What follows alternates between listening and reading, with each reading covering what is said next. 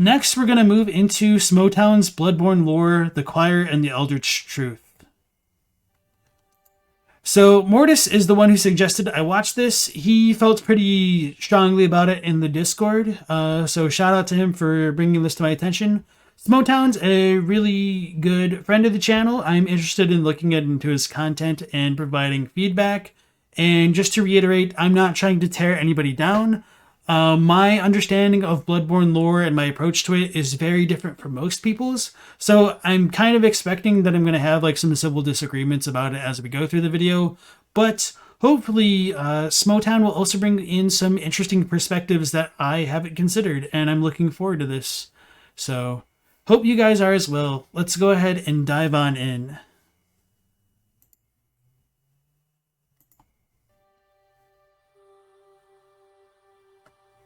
Yharnam is a sprawling, multi-layered city, and at the highest point in this city sits the orphanage, the home of the choir. Alright, let me look to see if they have... Okay, it's just auto-generated. Unseen thinkers. Yharnam is a sprawling, multi-layered city, and at the highest point in this city sits the orphanage, the home of the choir. Great unseen thinkers that represent one of the most powerful factions in the Healing Church and in Yharnam as a whole.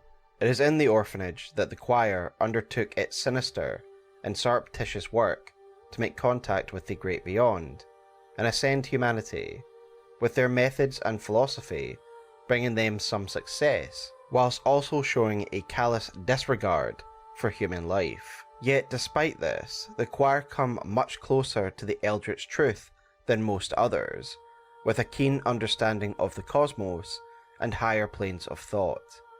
They even work alongside a Great One, and have successfully developed procedures that could lead to ascension. For all that, however, the choir has overreached, and their veiled rulership of the Healing Church has led to its ruination. We find the orphanage broken, empty except for the hollow products of their grim work, while black plumes of smoke rise from its chimneys and cast a dark shadow over the city of Yharnam. Never mind the collapse of the Healing Church that has happened under the rulership of the choir. While the choir has essentially folded by the time we enter the frame, their story is a fascinating one, and no doubt they are one of the greatest actors in this play, who are responsible for many of the calamities that we face in Yharnam today. So join me this week as we unpack the origins, the history, the culture, and the great works of the choir. But remember, before we get started guys, that if you like Bloodborne lore, then consider subscribing to the channel and liking this video.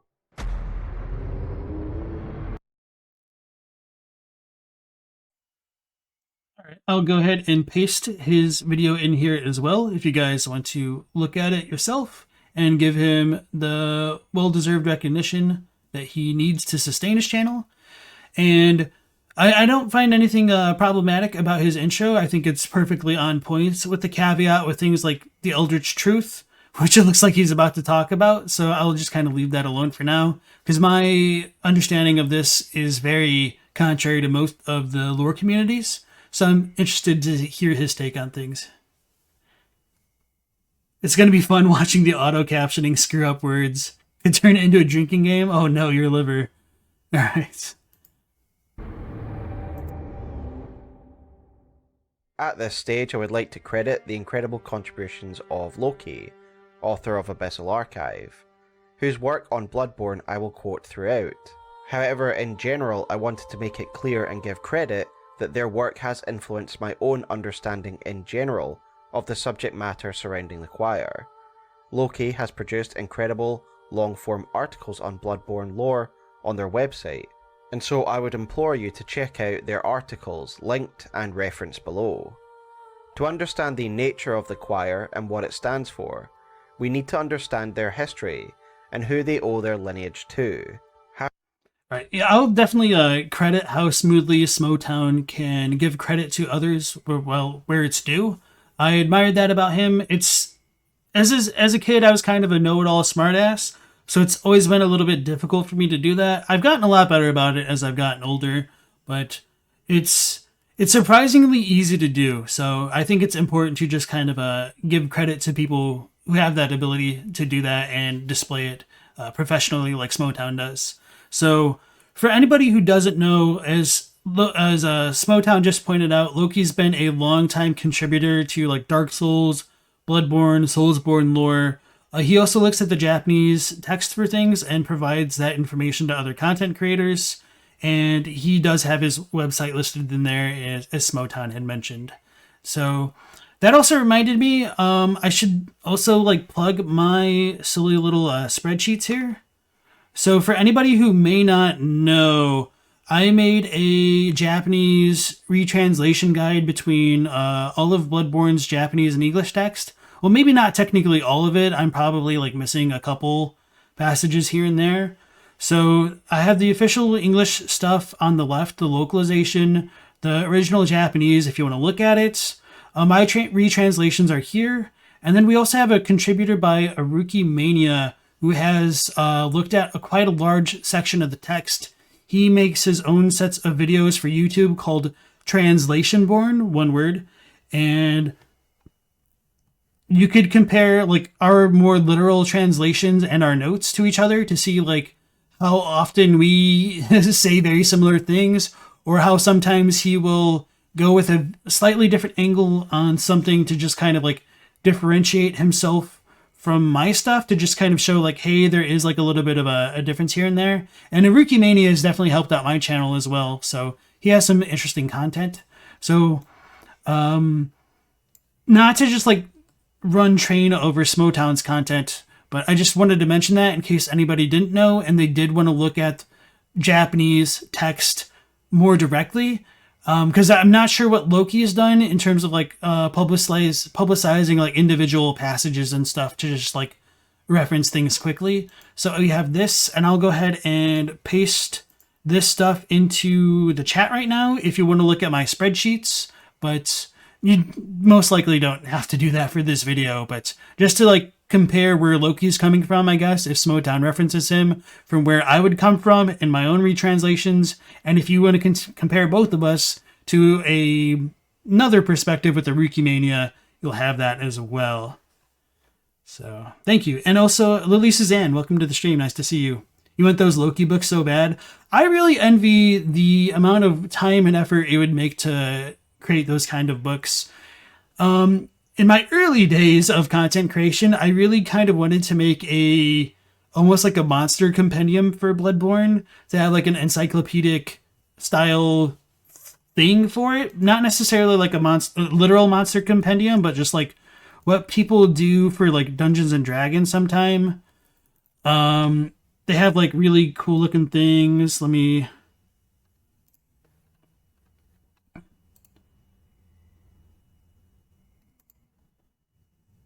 Oh, this is way big. Okay, no, this will work. So stuff like this is kind of what I wanted to make for Bloodborne, but just like a lore guide.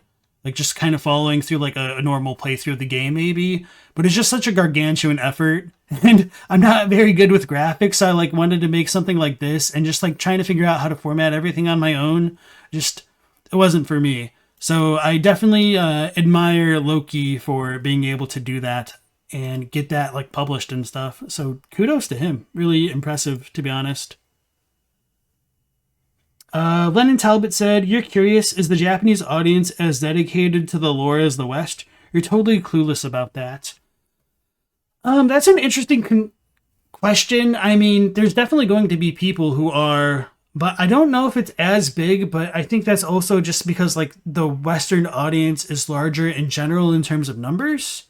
And just like, I don't know, just like, yeah, I don't know how to answer it better than that. It's kind of nuanced. Chadwick says they probably catch more of the Buddha stuff amongst other things. The Japanese audience, you mean? Isn't graphic design isn't my passion? Everything's my passion. So I'm great at nothing as a consequence. But yeah, so like, I don't, with Chadwick Dillon saying that they catch more of the Buddhist stuff, it's probably stuff that they don't even like consciously realize. it's just kind of subconscious stuff, I think, for a lot of things. With like the stuff with the bells would be one of the examples, but anyway, we've rambled on long enough. Let's go back to Smoughtown's video.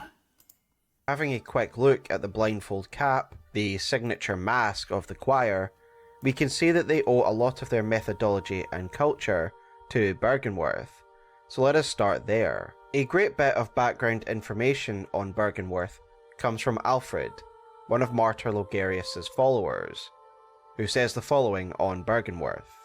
Bergenworth is an old place of learning, and the tomb of the gods, carved out below Yharnam, should be familiar to every hunter. Well, once a group of young Bergenworth scholars discovered a holy medium deep within the tomb. This led to the founding of the Healing Church and the establishment of blood healing. In this sense, everything sacred in Yharnam can be traced back to Bergenworth. But today, the college lies deep within a tangled wood, abandoned and decrepit. And furthermore, the Healing Church has declared Bergenworth forbidden ground. So this tells us of the origins of the Healing Church, and Yharnam as we know it. The Bergenworth School was once the home of scholars, who explored the great labyrinths like we can do through chalice rituals. Exploring the labyrinths is no mean feat, and can work up quite an appetite, which is where today's sponsor comes in. This video was sponsored by HelloFresh, who have once again decided to partner with Smoughtown, and I couldn't be more delighted, as it is a product that I actively use. Also, welcome in Nate, Doggy, and Leith. Nice to see you guys. Live healthier, and yet I really don't like going outside, and thankfully, HelloFresh spares me that pain by delivering easy. Stella said, "Did the games have Japanese voice acting?" No, not this one at least. I mean easy. Each meal is portioned out with all the ingredients and easy to follow instructions, making it absolutely foolproof and yet so delicious. Meaning you can have delicious healthy meals ready in no time, like these banger chicken bao buns with sweet potato fries made by yours truly. And this is just one small sample from the vast array of choices HelloFresh has on offer, with 40 recipes and over 100 seasonal sides each week, with each week's recipes easy to manage on the app or on the website. So use my link or go to HelloFresh.com. Smoughtown being a food terrorist right now. PogsmoJune16 to get 16 free meals plus free shipping. Once you click, I'll also rep HelloFresh. I've definitely had their boxes before. They're very convenient. Have some pretty high quality meals for like making them yourself. And they're really good if you're not very familiar with cooking. They have very basic recipe instructions, very convenient portion sizes in terms of like the ingredients and just like how to manage it. They give you some like timeline expectations of how long it takes to prepare the meals. So I would definitely recommend HelloFresh, because they can be really nice if you're like having a busy week, don't have a lot of time to go shopping, if you don't know what to make, if you just want to try something different. There's also like a lot of options on their menus. And I'm not sponsored by HelloFresh. HelloFresh, if one of my 20 watchers right now are watching, send me a sponsor code. I'll totally rep you guys. You're gonna dream a hunter's dream, Rat? Alright, thank you very much. You take care, Rat. A double shill? Exactly. You guys thought it was an ad? No, it's 2 ads. Get wrecked. My description will live update to count up the purchases. Thank you to HelloFresh for sponsoring this video, and now back to the lore. The labyrinth is composed of great ancient civilizations deep within the earth, such as Tumeru. It is in these tombs that the scholars would first come across a truth, the Eldritch Truth, the truth of the Great One's existence. In Loki's article on Bergenworth, they argue that the very start of this investigation began with the graves found within the forest themselves by Willem, and they point to the name of Bergenworth itself, Germanic for worth of the burial place, and that in these graves he would find some evidence of the Great Ones that would eventually lead to the discovery of the labyrinth themselves and the foundation and purpose of the school. Willem would become obsessed with this discovery. The description of the Eye Rune makes it clear that Willem had become disillusioned with the limitations of the mundane human world, and thus he became obsessed with this Eldritch Truth. Indeed, All right. Hopefully Smoughtown goes over this, but just to give a little bit of extra context, let me see if I can pull it up here. The description that talks about the, what are they called? The foray into the Eldritch Truth comes from, I think it's the Pearl Slugs. Actually, let me. Can I do it like this? No, I already closed my spreadsheet. Let me double check. It's one of the slugs, and maybe I have a picture of it as well on the tomb. Okay, so yeah, I'm pretty sure it's the pearl slug. I'll need to like look at the description. So we can loot it from Bergenworth directly, but more importantly, you can see kind of a bunch of like slugs in the tombs in the Forbidden Woods, which is kind of crazy. I think I should have had a picture of it somewhere, but maybe I didn't like label it specifically, or maybe it's just in my miscellaneous footage. Okay, no, we do have it. So these are kind of hard to make out. Okay, I labeled it phantasms. So I think these things are supposed to be like phantasms because they're kind of like slugs. And this is in a tomb in the Forbidden Woods, like one of the giant ones, obviously. So like these are like the little antennae, and you just have like a bunch of like the little slug-like figures coming out of the tombs themselves. So that just kind of leads into what he's talking about. Now let's see if I have the pearl slug description handy. Pearl slug. Is that a ritual item? Yes. No, so it's not the pearl slug description. It must have been the augur. Okay, yeah, augur of Abritus. The initial encounter marked the start of an inquiry into the cosmos from within the old labyrinth and led to the establishment of the choir, is what I have for the official English translation there. We have descriptions like that of the kin Coldblood, which reads, "Dare not to delve into the world beyond humanity. The Eldritch Truth, touched upon long ago at Bergenworth." This Eldritch Truth is mentioned a number of times when talking about these studies at Bergenworth. For me, as I've already said, the Eldritch Truth is essentially the discovery and knowledge that the Great Ones exist, the realization that there are beings beyond our comprehension.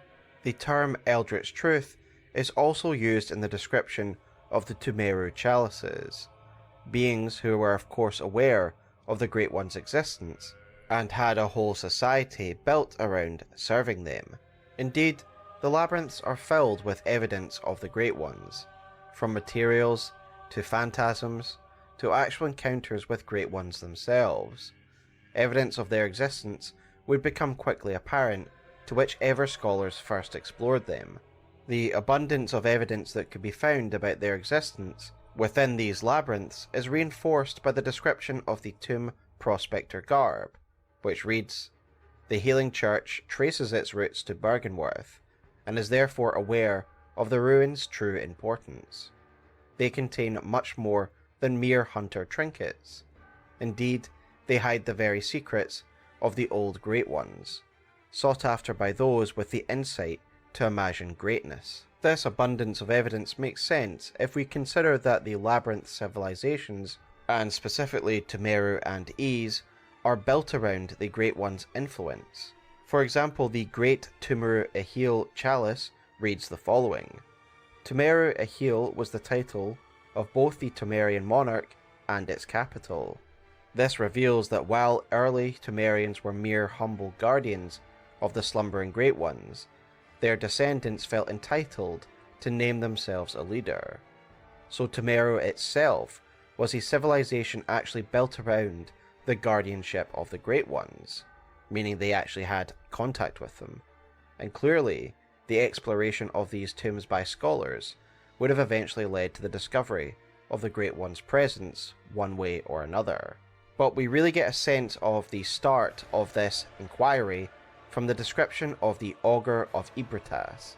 Now, the English translation of the Augur of Ibritas, to me anyway, is somewhat confusing in regards to a timeline, but instead I will provide Lokey's translation of the item, which is as follows. remnant of the mysteries that Bergenworth once saw. It summons a piece of Ibratas, an abandoned higher one, via the phantasm, a mollusk known as a portent of a higher one. This chance encounter began the research seeking the cosmos in the underground ruins, and it connects to the later choir. So this... Alright, so there's kind of a lot I want to talk about, but I also don't want to jump ahead of Smoughtown because I don't know if he addresses some of these points eventually. So actually, let's back this up slightly. Hold on, let's do it like this. Translate. So just to give a comparison to like Loki's description here, and I'm gonna probably harp on some things that kind of relates to what he was saying a moment ago. Can I, oh no, how do I zoom in with this on a spreadsheet? Wait, literally, how do I zoom in?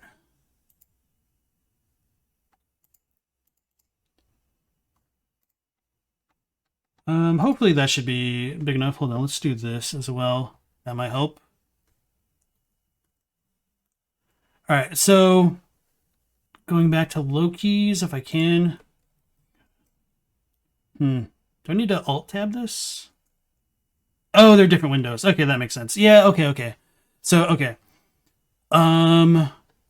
Loki says it's a remnant of the mysteries that Bergenworth once saw. So mysteries here comes from Shinpi in Japanese. Where are we at? Shinpi, which means like literally the character for God and mystery. So it's a divine, holy mystery. Arcane is a good English translation for it. I think mystic would be a little bit better, but that's really not too important. The term Shinpi gets translated over a dozen different ways in Bloodborne. I think I actually have a picture of it. So this is my Shinpi comparison thing that I like made. So everything that's highlighted in like this teal color and underlined in Japanese is Shinpi in Japanese and the equivalent English comparison. So it gets translated as Godhead, Divine, Miracle, Eldritch Truth, Eldritch Wisdom, Eldritch Liaison, just Eldritch essentially, Arcane, and you guys get the picture, Sacred, Weight. That one's the weirdest one, but whatever. Mystical Beliefs, Godhead will grant you strength, Eldritch Truth, and it's used in like the Arcane Haze and stuff. Wondrous Strength in the Rune Workshop tool. And he mentions Tumru, Ihil, whatever. Although it doesn't say it in this one specifically. It says like they unlocked the wisdom of the Eldritch Truth. It's just like the same kind of thing. So just wanted to point that out real quick, and I'll like harp on that a bit more in a moment here, but let's go back to what he says. They're the portent of higher ones. Higher one is like obviously great one. It's just like a higher ranking thing, essentially. And then the chance encounter began the research seeking the cosmos and the underground ruins, and it connects later to the choir, essentially. And then my translation is that the Augur of Brightus is a remnant of the arcane Bergenworth once encountered. And I kind of had to like rework a lot of my wordings here just to make arcane used consistently. And that's just to try to like make my terms consistent, and it's a pain in the ass doing that kind of thing. But anyway, invertebrates, which can be understood as the augurs of superior beings or phantasms, are used as intermediaries to summon a portion of the abandoned superior being of Brightus. And superior being just meaning like great one. Its chance encounter was what began the inquiry into the search of the cosmos and the underground ruins, the aftermath of which is connected to the choir. So very similar between like mine and Loki's, although I do want to like point out that this arcane thing being the Eldritch Truth is going to be kind of a big deal going forward. And just to give a comparison with Aruki Mania's, he calls it Divine Mystery instead of Arcane, which is perfectly fine. But I just used Arcane because that's also what the Arcane stat is called. So I just wanted to be consistent with some of like the English keywords for players. And It's an item that summons a portion of a Brightest, the abandoned higher rank one, using spirits, molluscal beings known to be portents of higher rank ones as mediums. So spirits is like another term for phantasm, obviously. The chance meeting became the beginning of the search for outer space in the underground ruins. This is connected with a subsequent choir. So it's very similar all around, but I do want to just emphasize the arcane thing because this is going to be integral to understanding the Eldritch Truth, and it's probably something that I'm going to disagree with Smoughtown on as the video progresses, because he had mentioned that, hold on, let me pull it up, that to him, the Eldritch Truth is the understanding of Great Ones existing, and I understand where he's coming from with that. It does make sense to a certain degree, but I would disagree, and I would just say it's more or less like the cosmic force that permeates throughout the entire universe of Bloodborne that's connected to like the spirits and the collective unconsciousness and dreams and nightmares in general. So that's kind of my take on things. So sorry for being a little bit repetitive and redundant there, but hopefully you'll understand why I was like that as we progress through it. Brightest is described as left behind, so you don't think she's a captive.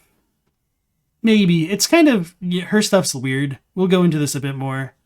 But hold on. Did he say anything else over here that I wanted to talk about? So we're at like 928. That's not terribly important. There was one other description that he mentioned. With evidence of the groups with... Let me do it like this way. Hold on. Oh yeah, Tumuru Ihil. Whatever you want to call it. Let me pull up my spreadsheet again. It's kind of annoying looking at things this way.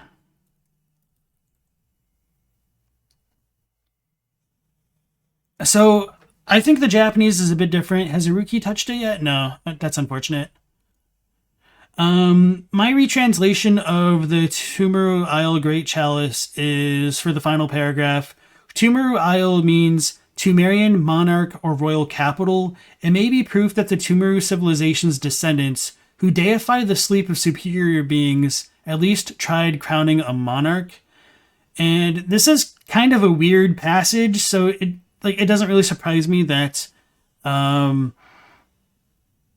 this is a little bit off, because I don't even feel entirely confident in this. I think this is just a very arguable kind of thing because of the way that the sentence kind of runs on and how it's a little bit vague what it's referring to. Sorewa. Tumuru Isle means the people of Tumuru or their kingless royal city. That's what it means. And the descendants deify the sleep of superior beings. Or is it sleeping superior beings? No, it's definitely great ones sleep that they deify. So not sleeping great ones specifically. So yeah, the people of Tumuru revered sleep. So dreams and stuff is kind of what the Japanese is saying, which doesn't quite come across the same way in English, because slumbering is modifying great ones when it should be the other way around, where slumbering is the subject here. So that's a little bit pedantic grammar stuff, which I understand really puts some people to sleep, but I do think this kind of thing is vitally important to understanding some of the lore. So I will leave that a bit now, because I know this is a little bit different and I wanted to talk about it. And let's go back to what Smough has to say from there, because I haven't really touched on what he said too directly just yet. So let's go ahead and go back to where we were. About there. Okay. This chance encounter began the research seeking the cosmos in the underground ruins, and it connects to the later choir.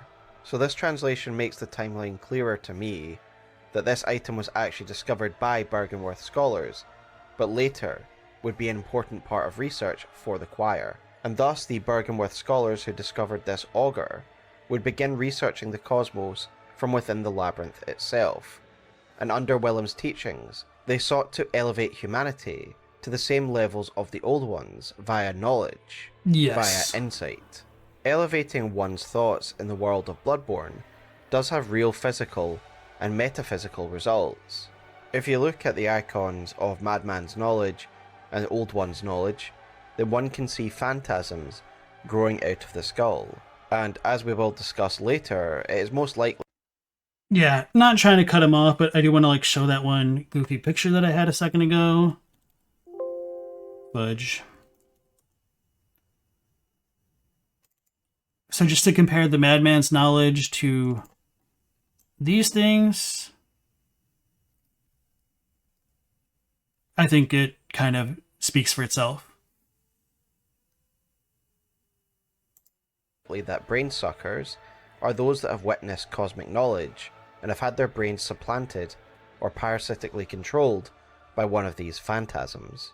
It is also implied by Mikolash's dialogue that Rom was a human who ascended via contact with Cause, who granted her eyes, i.e. insight. As you once did for the vacuous Rom. Grant us eyes, grant us eyes.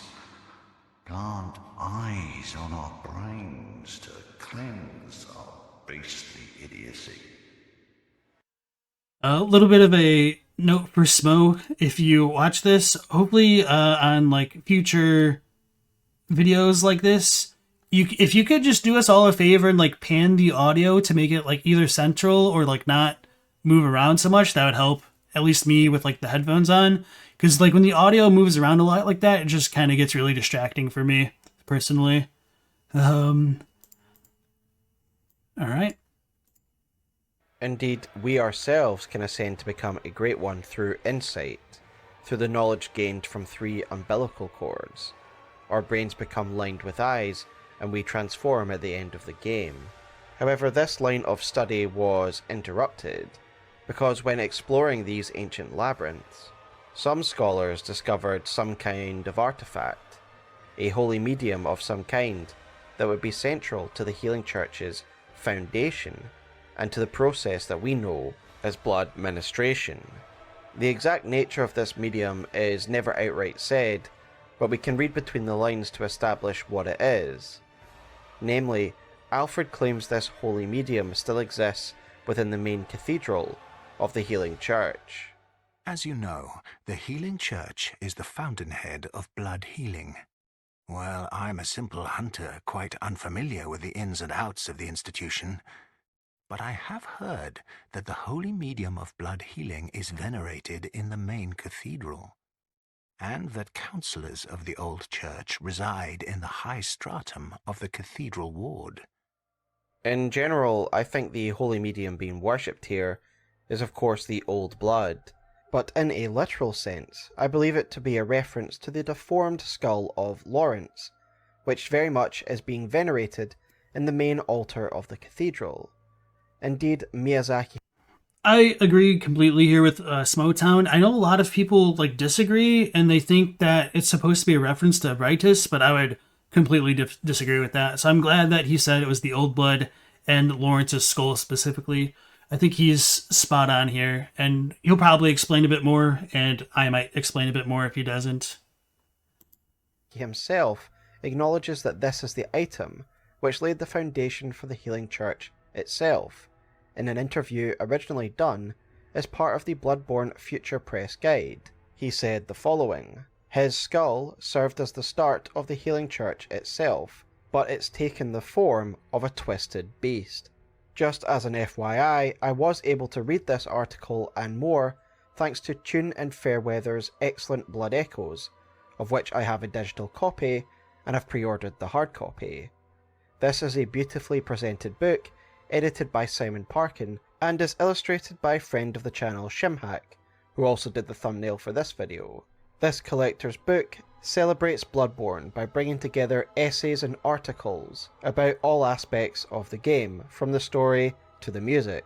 So if you'd be interested in picking that up, I will link that below. But returning to the quote from Miyazaki, I think it is quite abstract and can be quite confusing as to why this skull is the holy medium, and how it could even form the foundations of the Healing Church. Well, I think the importance of this item not only comes from the saint-like canonization of Lawrence, but also what Lawrence's deformed skull represents.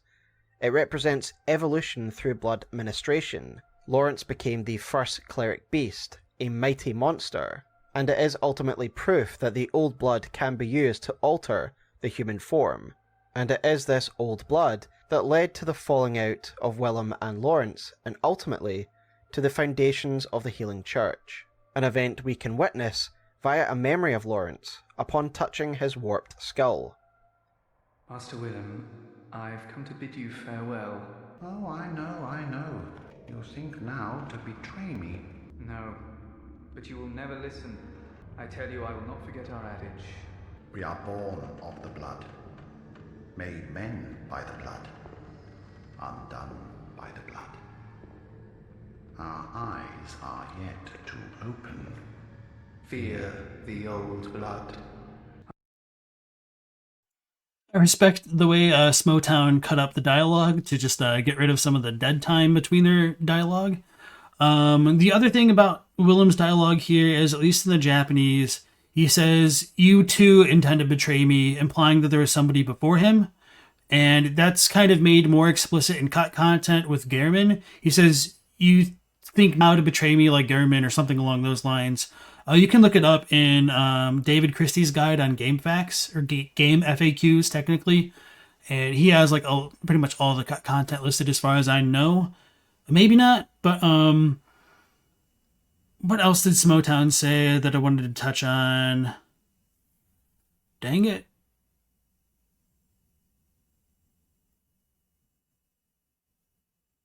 I mean, obviously, like, Lawrence is given like the figure, like parallels to Jesus, like with being on Mary and the Pieta position. What did he say before this? I should have put the captions back on. I just wanted to take them off for the parts with like the cutscenes, just because it's kind of distracting having the multiple text. But all right, I'm going to back up slightly. And it is this old blood that led to the falling out of Willem and Lawrence, and ultimately to the foundations of the Healing Church, an event the human monster. So what Lawrence's quote is Arkin, and this wait, was that his skull? Oh, okay, yeah, that's right. So it's really easy to forget where some information comes from sometimes. Like in my mind, I take some of this stuff for granted that this wasn't in the game. So for me, it's very clear that Lawrence's skull served as the start of the Healing Church because Miyazaki said it. But I guess within the game itself, it isn't quite as obvious. It's subtextual. Like, you can still come to that conclusion, but it isn't explicit without this interview, which I think is kind of a shame when you have to rely on these outer sources of information for like hunting lore and whatnot. So let's back it up slightly. Okay. If you have a dissertation, can you put it in the Discord? Yeah, by all means. Our eyes are yet to open. Fear the old blood. I must take my leave. And it's important to highlight this event because the choir, as we will see in later chapters, does definitely draw on both of these schools of thought. The choir definitely owes a lot of their aims and culture to Willem, but they definitely still use the methodology of blood ministration. What Lawrence and the Healing Church hope to accomplish through the use of the old blood is made pretty clear by the description of the clockwise metamorphosis rune, which reads the following: "The discovery of blood made their dream of evolution a reality. Metamorphosis and the excesses and deviation that followed were only the beginning. Evolution, bloody and forcible evolution." And despite Lawrence's assurances that he would not forget their adage, the adage of fear the old blood, i.e. to treat it with respect and not use it in a reckless manner, the blood-soaked streets of Yharnam say otherwise. The fact that Willem... Skull Easy asked, how did his skull start the church unless the religion aspect of the blood didn't take off until Lawrence died? So because Lawrence was the first vicar, he kind of represents the beginning of blood ministration, because there's a note in the Grand Cathedral to the right of the entrance before you walk up the stairs.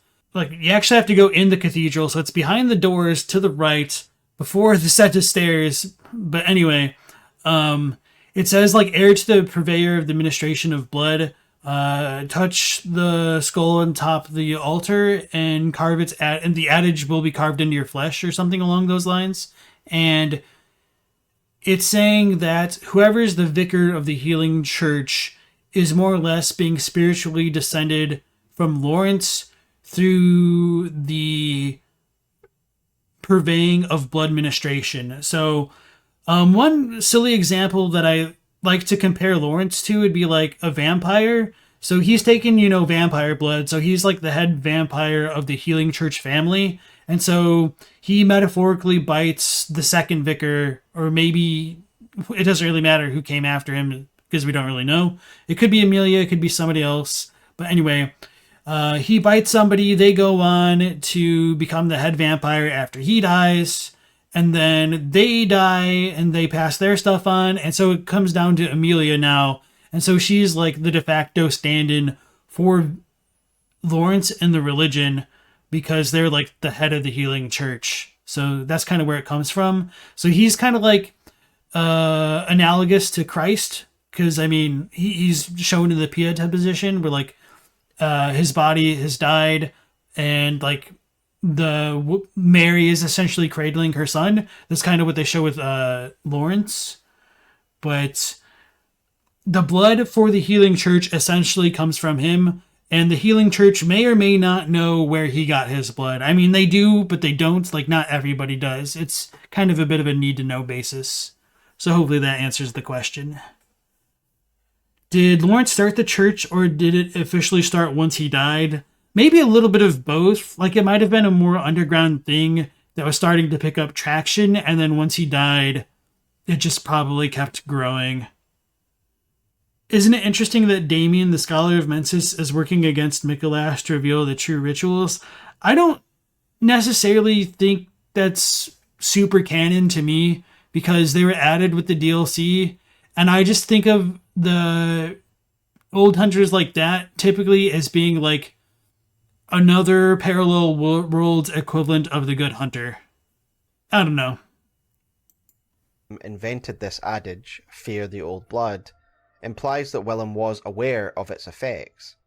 And indeed, Loki makes a great observation in their Bergenworth article that the scholars likely witnessed bestial transformation through the experimentation of blood that took place at Bergenworth before the church was even founded. As evidence for this theory, Loki points out the Beast rune, which is described as being one of the first runes made by the Bergenworth runesmith Carol, meaning that this must have been an early experiment of the Bergenworth scholars. And if Willem did witness these side effects... Right, so 2 notes about that. In the Japanese, it is described as like the first, not like one of the first. It's the first rune that was discovered. But even beyond that, I think if you look at the Fishing Hamlet priest's dialogue, where he's condemning Bergenworth for being blood-crazed fiends, that would show that Bergenworth, and not the healing church, did have some understanding of the blood. Although maybe you could potentially try to argue that the healing church was already a thing by the time Bergenworth attacked the hamlet. But I don't really think that makes sense for a lot of reasons, because Willem condemned the blood.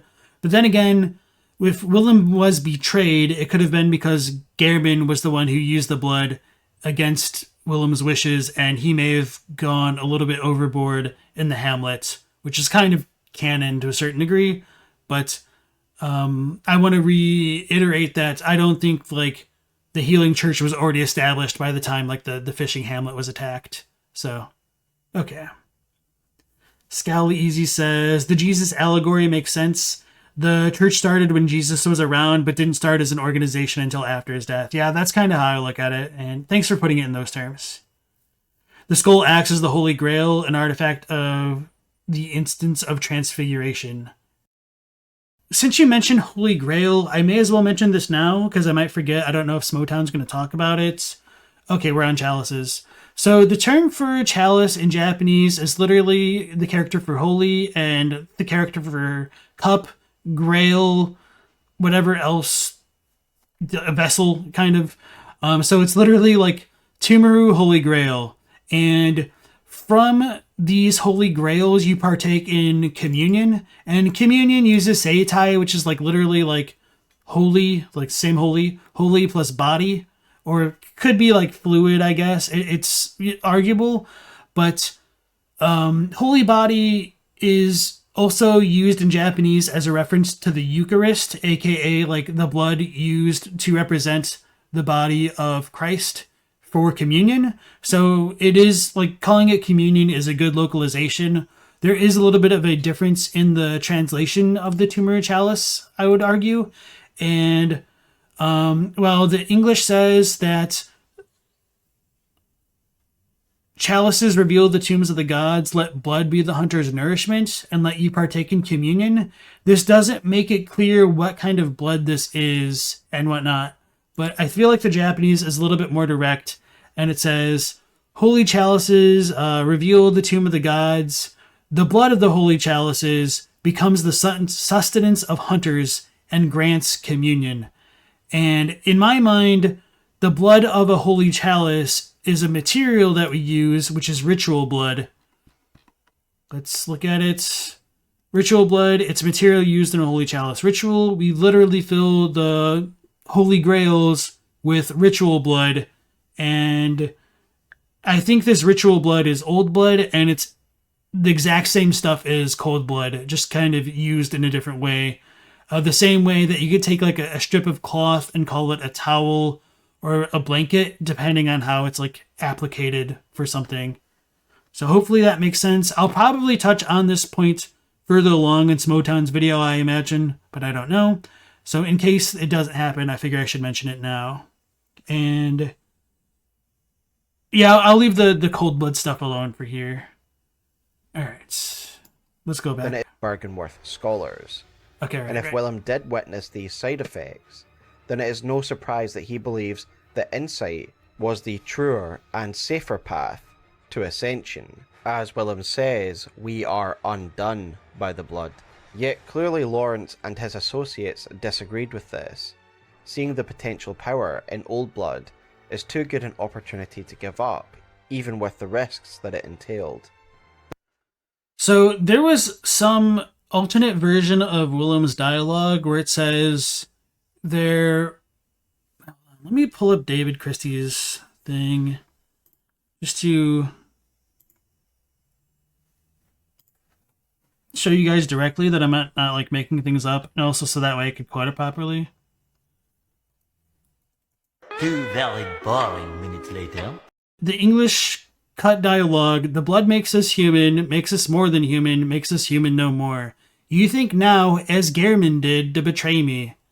So this part is like still the same in the final Japanese lines. And then I must take my leave, Master Willem. So yeah, we do have like explicit stuff in the files somewhere. Let's go ahead and close that. Go back to chat. How is it that we can put a proper translation to the Japanese descriptions, but FromSoft had so much trouble transferring that over to the English descriptions? So there's a lot to unpack with that. I talk about it quite a bit. The issue is, number one, time, in terms of the time that it takes to translate things and edit it and then make it proper. It's difficult to coordinate between a developer and a translation team because of tight deadlines, for one thing. There's also the strong chances that the text within Bloodborne kept being updated and the updates weren't necessarily sent back to the other teams. And the reason why I can say that very confidently is we have lines in Korean which match the English, but the Korean and English don't match the Japanese, which linguistically speaking should virtually never happen because Korean is almost like 1-to-1 to Japanese at times because of like the way that the languages are structured. So setting that stuff aside, there's also the factor of trying to make things sound natural and appealing in a target language, which is very different than providing like a literal translation. So like I've showed you guys with my silly spreadsheet, Like, this stuff is stilted as hell the way that I've translated things. So I'll just pick something random since we're already here. Blood that doesn't clot in particular is the foundational material to fill holy chalices. That's just word salad. I mean, I could probably word it a bit better, and I might have been a little bit too literal here, but that's not going to keep people immersed.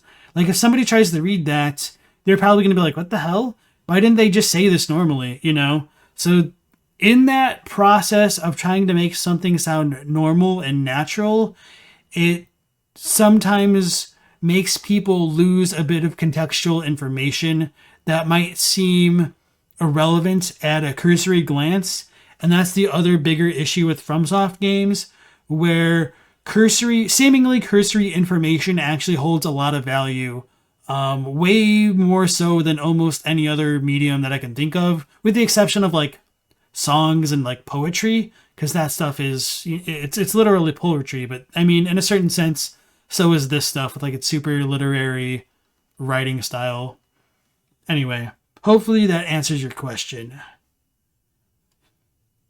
It's annoying they changed Abritus's name, and now it's like, did Bergenworth actually use cost to send ROM somehow? Yeah, I agree with that 1,000%.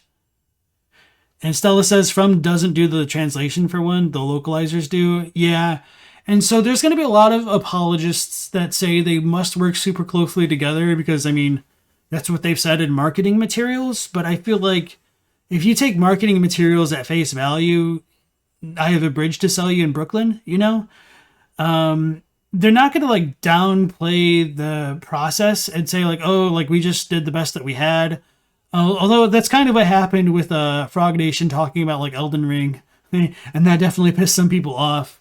But no, I mean, a lot of it really just comes down to timing, the scope of the project, because I mean, it's very like the more people that you have working on a translation thing lowers the amount of time needed to complete it, but the same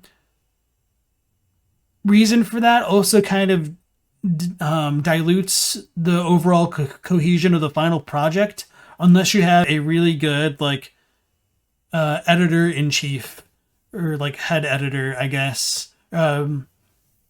Anyway.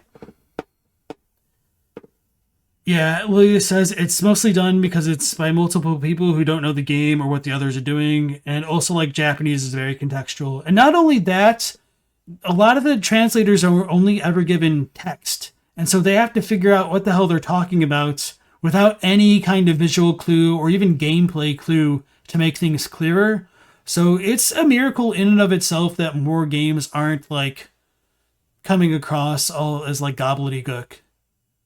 Which I should have thought of a better word than gobbledygook right there, because that's a very uncommon one, especially for like second speakers of the language. I'm drawing a blank. Anyway. Translation is just kind of hard. Like, they're not just translating the literal meaning, but also making it seem gothic and creepy. Exactly.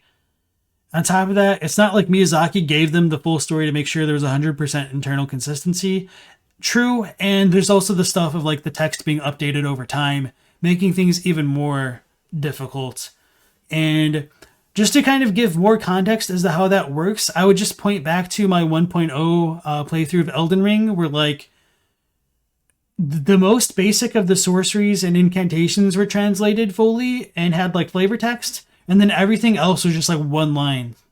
So they had to like go back between the time that the game went gold and to when like the day one patch and the game got released to include literally everything else. And they might have been working on it like between that time or like beforehand, but it's just, there's also going to be a bit of a delay when the translator gets the product from the developer. When the translators finish working on the translation, they hand it back to the developers, and then the developers have to put those translations back into the game and make sure that those are formatted. And those need to go through QA stuff. So it's really not as straightforward as you might initially expect. So anyway, sorry Smough, we're going on these tangents, but I hope you guys can enjoy that. This is why in this cinematic we see Lawrence setting off to establish his own research into blood metamorphosis, an institution that would eventually become the Healing Church. As I've said, I wanted to focus on this split because it represents the two school of thoughts that the choir owes its lineage to, both blood ministration, but also the insight research of Willem, and the culture of the choir in general is closer to that of scholarship, rather than the blood-soaked scientists of the healing church. Returning to that holy medium, the Old Blood, what the Old Blood is something that has been hotly debated within the community, but the most widely accepted view, and the view that I obviously share, is that the Old Blood must be the blood of the Great Ones. The blood of these powerful beings of course has incredible properties, such as healing. We ourselves use blood vials that no doubt were developed by the healing church and their processes, started by Lawrence. This is an easy product to sell, and this becomes the public purpose of the healing church. Alright, so this is kind of where I think Smoughtown is right to a certain extent, with a big caveat, in that one analogy that I would make is like all squares are rectangle, but not all rectangles are square. So I would compare that to the situation with the blood, where like all Great One blood is... Man, how do I phrase this? I've kind of quartered myself here. Or anyway, I think obviously all Great Ones have like Great One blood, but I don't necessarily think the blood is limited to Great Ones. So let's say like blood is blood is the rectangle and Great One is a square. I think Great Ones have a certain kind of blood concentration that just makes them greater, and that greatness comes from the blood itself. And my rationale for that is that the overall unit of power in Bloodborne is the blood echo, and the blood echoes are said to come from dying wishes of blood, which is the Japanese term for blood echo. So this is something I talk about extensively in many of my lore videos. Like, where does the old blood come from? It's essentially like, to give a Dark Souls analogy, it's souls in the blood. Big surprise, blood echoes are souls. You can go ahead and call everything souls, even in Elden Ring. They're all souls, right? Kind of, sort of, maybe, yes. But at least Bloodborne, there is more of a kernel of truth to that statement. And so, why does a blood echo not mean it's from a Great One specifically? I think that's actually arguable, but I do want to emphasize that I think it's supposed to come from people, because cold blood sounds a little bit more alien in English, but the Japanese for it is shiketsu, with shi meaning dead or death, and ketsu meaning blood. So it's dead blood or death blood. So essentially, blood echoes, the wills of the dead, come from the blood of the dead. So it's questionable what the dead are.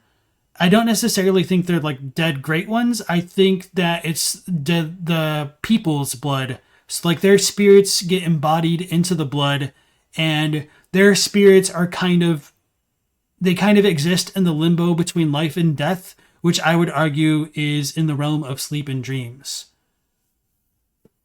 So again, with that being said, if the blood comes from like people to a certain degree, that doesn't mean that Great Ones might not have had an influence on it. I think it's possible that Great Ones could have existed in the realm of sleep and dreams and siphoned blood echoes and absorbed them, kind of like the hollows in Hueco Mundo that became like the Espada and stuff, if that makes sense, the silly Bleach reference. And if you haven't seen Bleach, another reference would be, or not a reference, another example would be like, you could have like a cosmic parasite, maybe something like a mollusk, a cosmic parasite that would absorb or feed on the blood echoes in the land of dreams. And then eventually they just became more and more powerful up until the point they became a Great One. So that might have been the origins of like Abritus or Odin, or maybe the Moon Presence. I mean, a lot of that stuff's arguable. I'm not saying that is a fact or even something I necessarily believe. I'm just giving a little bit of context as to explanations for these things. So yeah, I guess I'll leave that there for now. So I think like blood echoes come from spirits. Spirits exist in the nightmare, And these things may have also existed in the nightmare, but might not be related to people, and they just kind of preyed on them, because we do see... Yeah, I guess I should give this as an example, as a concrete thing. Let me... What are they called? Crawlers? So, in the Nightmare Frontier, we see these kind of slug-like beings, crawlers, potentially feeding on Madman's knowledges, or Madman's, what are they called? Wandering madnesses, wandering nightmares. And I think these things are kind of like conglomerations of blood, because they drop blood gems and whatnot. And this wasn't the best example, because there's a better example of like 5 or 6 crawlers around a corpse that has like a cold blood tier 7 in like one of the caves in this area. So I think that goes to show that crawlers eat cold blood, and they're kind of like phantasms.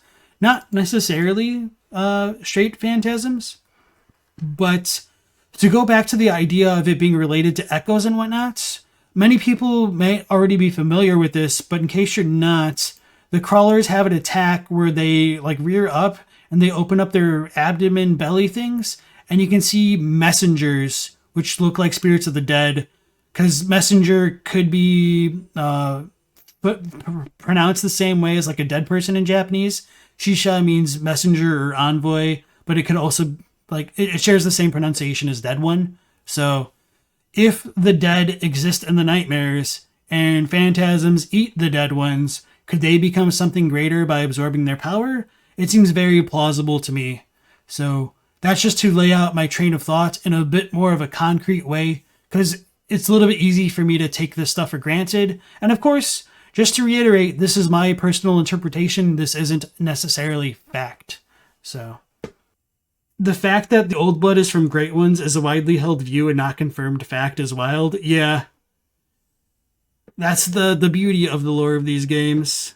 So with that being said, like, I do think the Great One's blood could essentially just be like old blood, but I don't necessarily think all old blood is Great One blood, if that makes sense. Does the moon presence have anything to do with the Mensis ritual or Murgo? Maybe a stupid question. Yes. I don't want to answer it here. I do talk about that in my Lost in Translation video, like the true story of Bloodborne. But yeah, I just don't want to keep getting more sidetracked. Sorry. Plugging my own channel to just not answer the question. It's crazy to think that the old blood is from elsewhere in the cosmos. I think the old blood acts as like a gateway into the cosmos. The real purpose being that described in Clockwork Metamorphosis, something that we will see when we visit the research hall later. Yet the wrongness of administering Eldritch blood, blood that is not meant for humanity, is punctuated by the outbreak of the Beast Scourge, a karmic response for meddling with that is beyond the mortal plane. Let us not forget Lauren, a land itself that fell to the bestial scourge, no doubt for meddling in the old blood, a tragic lesson that Lawrence and his compatriots didn't take to heart.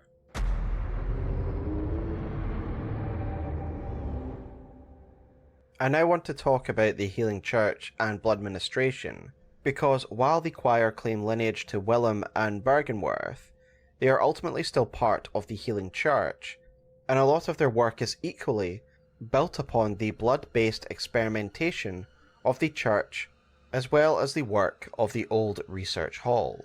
What is interesting about the Healing Church's research into how blood ministration can transform humanity is the way that it has tried to obscure its past by keeping Bergenworth suppressed, lest the truth of their blood ministration experimentation come to the light. Because of course, Bergenworth...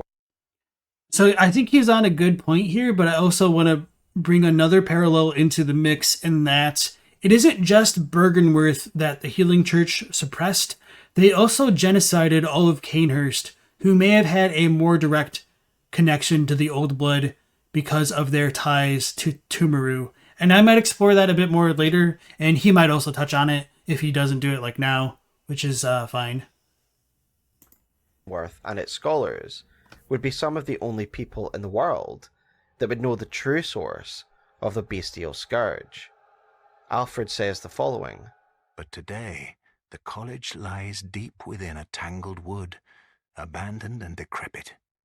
And furthermore, the healing church has declared Bergenworth forbidden ground. This is very logical that they would lock down Bergenworth, because of course if anyone was able to make contact with the scholars at Bergenworth, the culpability in the healing church spreading the bestial scourge would become fairly evident. And while the healing properties of the blood has allowed the church to gain great power and influence, it would be so easily undone if it was publicly known that the Scourge of Beasts was connected to their blood ministration program. And this is one of the many truths that is revealed in the Hunter's Nightmare, in the form of the surgery altar, that depicts the experimentation of the healing church, and a beast emerging from underneath this surgery table, a symbolic representation of the consequences of the healing church's experimentation. I love this While little it is detail. clear that Lawrence deviates from his old mentor's morals, everything he and his healing church builds upon very much is on the back of that learned at Bergenworth. This applies even to their aesthetic choice, the garbs that the doctors of the healing church wears, as the student uniform reads, Uniform of the Students of Bergenworth, a bygone institute of learning, features a thick cape. The healing church has its roots in Bergenworth, and naturally borrows heavily from its uniform design. The focus not on knowledge or thought, but on pure pretension, would surely bring Master Willem to despair, if he only knew. A lot of what the healing church does is about obscuring their true purpose, the ascension of mankind through blood ministration, and they do so by muddying the water with religious superstition. But as we've said, the true purpose of the healing church, in general, is to carry on research through blood ministration, to achieve that goal set out in clockwise metamorphosis, a sentiment that is repeated by the description of the White Church set, which reads, They believe that medicine is not a means of treatment, but rather a method for research, and some knowledge can only be obtained by exposing oneself to sickness. It is unethical. I think the Japanese for that is slightly different. Let me double check. Okay, no, this is fine. I was just misremembering. Oops. Experimentation on a whole populace, pure and simple, and yet it is presented as a theistic organization, the Healing Church. No doubt there are some within the church who do believe in the theistic side of the church, believing the old blood to be miraculous and holy. Sorry about that.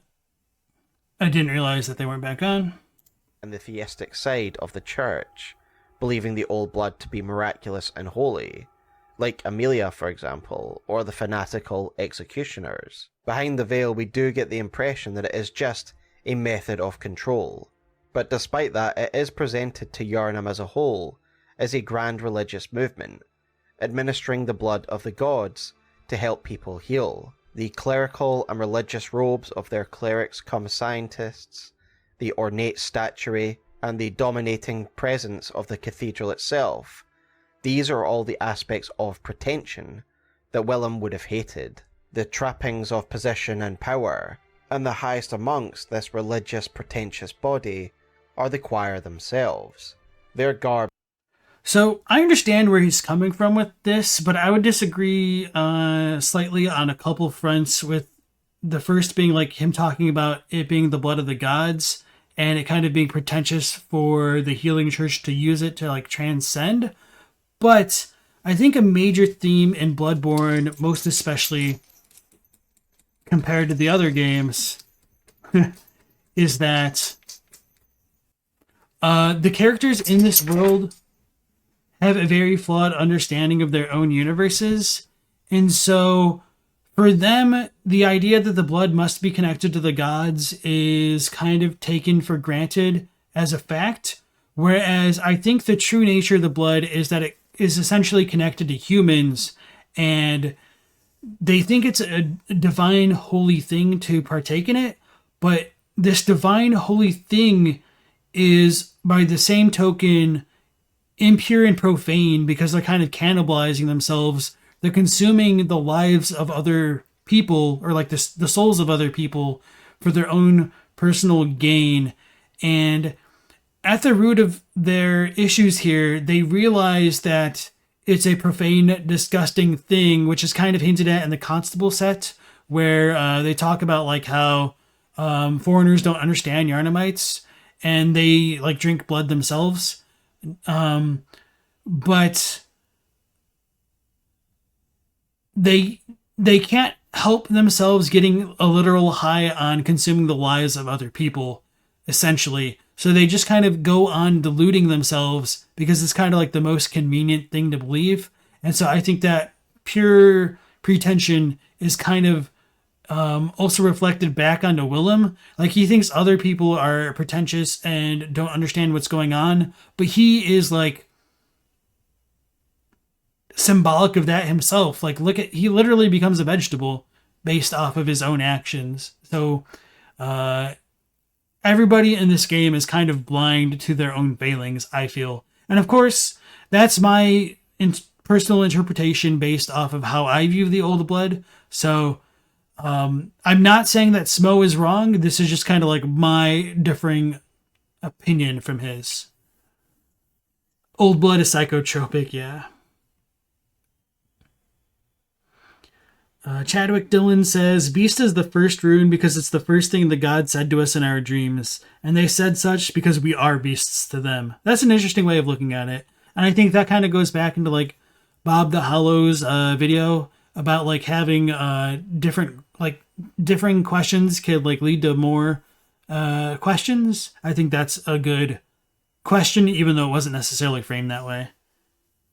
Humanity is beast blood inherently. The Old Blood just unlocked that.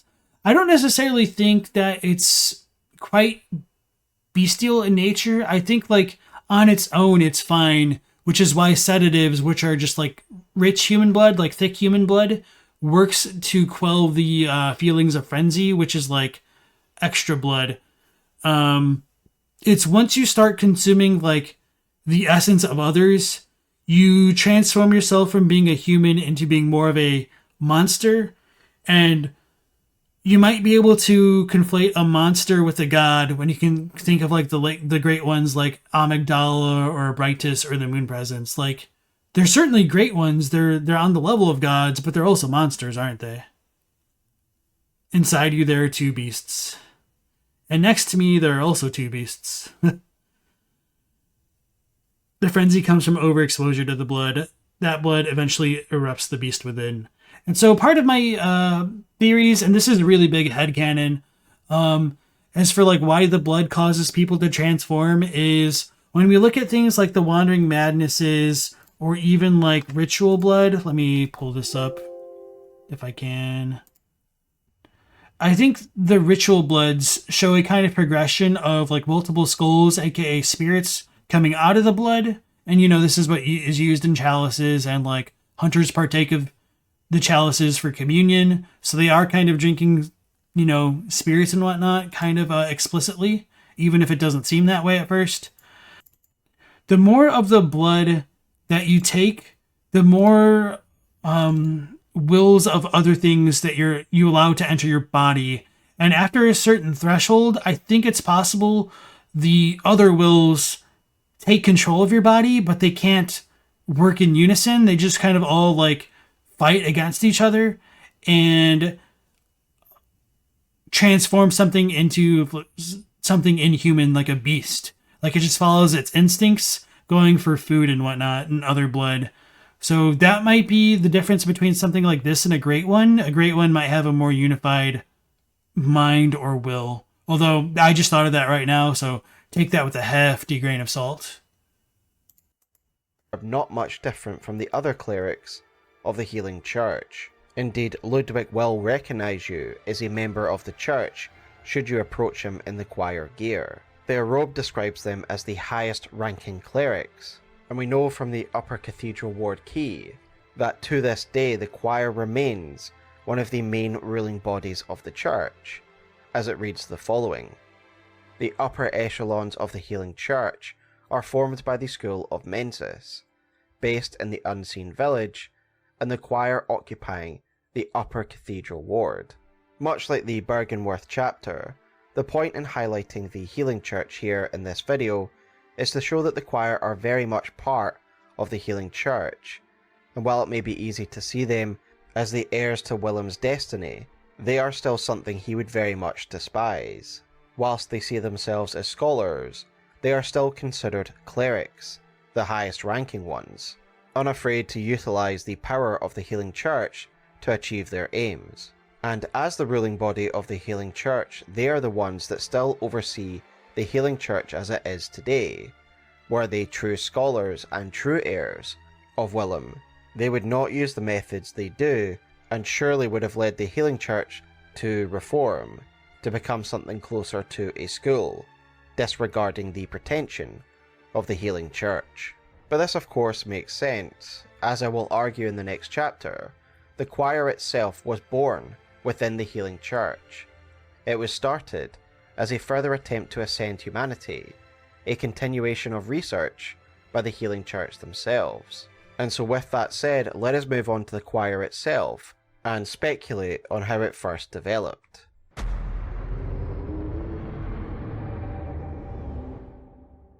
With that foundational work out the way, we will aim to show that the choir is a complex blend of the Healing Church's physical experimentation, but also far closer in ideology to Master Willem and Bergenworth than the rest of the Church at least.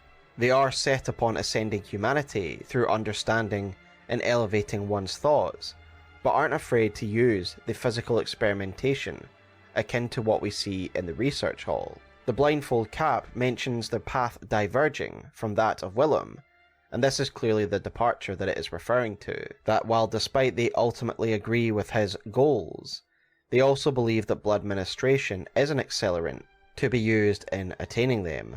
Physically, the choir is based at the very top of Cathedral Ward, in the area aptly named the Orphanage, and we can learn a little bit about this location via the Orphanage key, which reads, "The Orphanage, shadowed by the Grand Cathedral, was a place of scholarship and experimentation, where young orphans became potent, unseen thinkers of the Healing Church. The choir, that would later split the Healing Church, was a creation of the Orphanage, a place of scholarship and experimentation, the two pillars to choir ideology." This key description is interesting because it makes it clear that the choir formed out of the orphanage, rather than the orphanage being an establishment of the choir. The orphanage location seems somewhat similar to that of the research hall, with the research hall more or less overlapping with the Altar of Despair and the Lumenwood Garden. Yeah, so just kind of like reiterate what he just said. A lot of people think that the choir were around really early in the timeline because they're like the upper echelon of the Healing Church, but no. As Smoughtown just pointed out, they came out of the orphanage, so they kind of came into the scene relatively late in the timeline because that means like the Healing Church would have already have to have been established to first create the orphanage, and then from the orphanage there had to have been a certain lapse of time for them to become the potent unseen thinkers of the Healing Church and to form the choir as it came to be known in the orphanage today. And I do need to give credit to Loki and their choir article for bringing my attention to this overlap. So given its location, perhaps this suggests that the orphanage, timeline-wise, was established following the failures of the research hall, and atop its very foundations. A successor institution, and as we will see later, they seem to have carried on and improved upon the experiments of the research hall. The name, the orphanage, has extremely sinister undertones, one that is confirmed by the key itself that clearly states that orphans, children, were utilised here to become unseen thinkers. Presumably then, the Healing Church built this orphanage to take gifted orphans off the street and use them for their own gain, so that their insight might be used to the Church's benefit and the Church's research. And a way this makes sense because their minds could be moulded from a young age. We of course can't be certain as to how exactly these orphans were employed by the church, but given what the choir would become, we can assume that the church wanted them to study the Great Ones and the cosmos, and come to new conclusions on how humanity could ascend. There's also the potential that the orphans could have been moved into the dream, and hence why they're called unseen. And that might be kind of related to how there's the note within the Uden Chapel library. What was that? Which says their master is their unseen or their lost master? I can't remember. I'm blanking. Anyway, they lost their master and now their head shaking uncontrollably. It might relate to that with their unseen thinkers, but I don't think that's super likely. I just kind of want to bring that up as a possibility here. As well as to eventually carry on the work of the research hall, on which their orphanage was built. We can learn more of their aims and studies from the Augur of Ypres, which reads, "Remnant of the Eldritch Truth encountered at Bergenworth. The initial encounter marked the start of an inquiry into the cosmos from within the old labyrinth, and led to the establishment of the choir.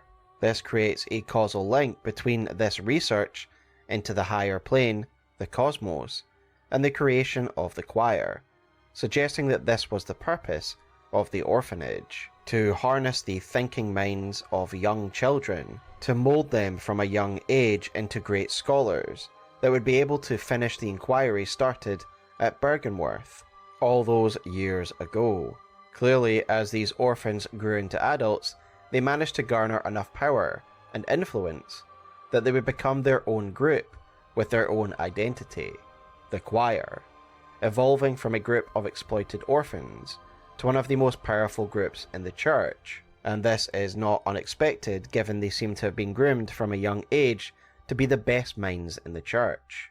Such a callous way of treating children and moulding them in such a way will in turn create a group of people who are ruthless in attaining their goals and will have a callous and cold approach to their work and research. And Chadwick asked, how did those children become orphans? We know menstrual blood is imperative. Their mothers die in childbirth and they have no fathers. Gifted? More like side effect. So it might also be the case, and this is a big might, that the little celestial larvae that occupy the upper cathedral ward could be the so-called orphans of the orphanage. It might just be taken for granted that orphans of an orphanage should be human, but maybe they're not. And I don't really know how I feel about that. It's just kind of an idea. when you think about that, it really isn't hard to imagine why the choir managed to take control of the church. According to the orphanage key, it was the emergence of the choir that would split the church, which implies it wasn't necessarily an amicable takeover. They weren't elected to this position, rather they just simply grew into it and took it for themselves. And no doubt their new way of doing things and differences in philosophy would lead to those within the church that would oppose them. As I will argue later, I believe that the school of Mensis was formed after the choir, and is partially a consequence of the choir. With all that said about their establishment, I'm interested to see where he goes with that, because I think the common conventional thought is that the school of Mensis would have been formed fairly early on, mostly because Mikolash wears the student set, which is connected to Bergenworth directly. And, you know, he could have picked it up later like we did, but it's just kind of weird that one of the church's highest figures, after, like, you know, it's arguable, like, the highest figure that we really see is still around anyway, is wearing a Bergenworth set. So with Bergenworth being the essential, like, genesis of the choir through a couple generations at least, it seems more likely to me that the school of Mensis should probably have, like, the stronger connection in terms of, like, existing earlier in the timeline, but maybe not the kind of academic lineage to Bergenworth that the choir might have in terms of like the way that they approach things.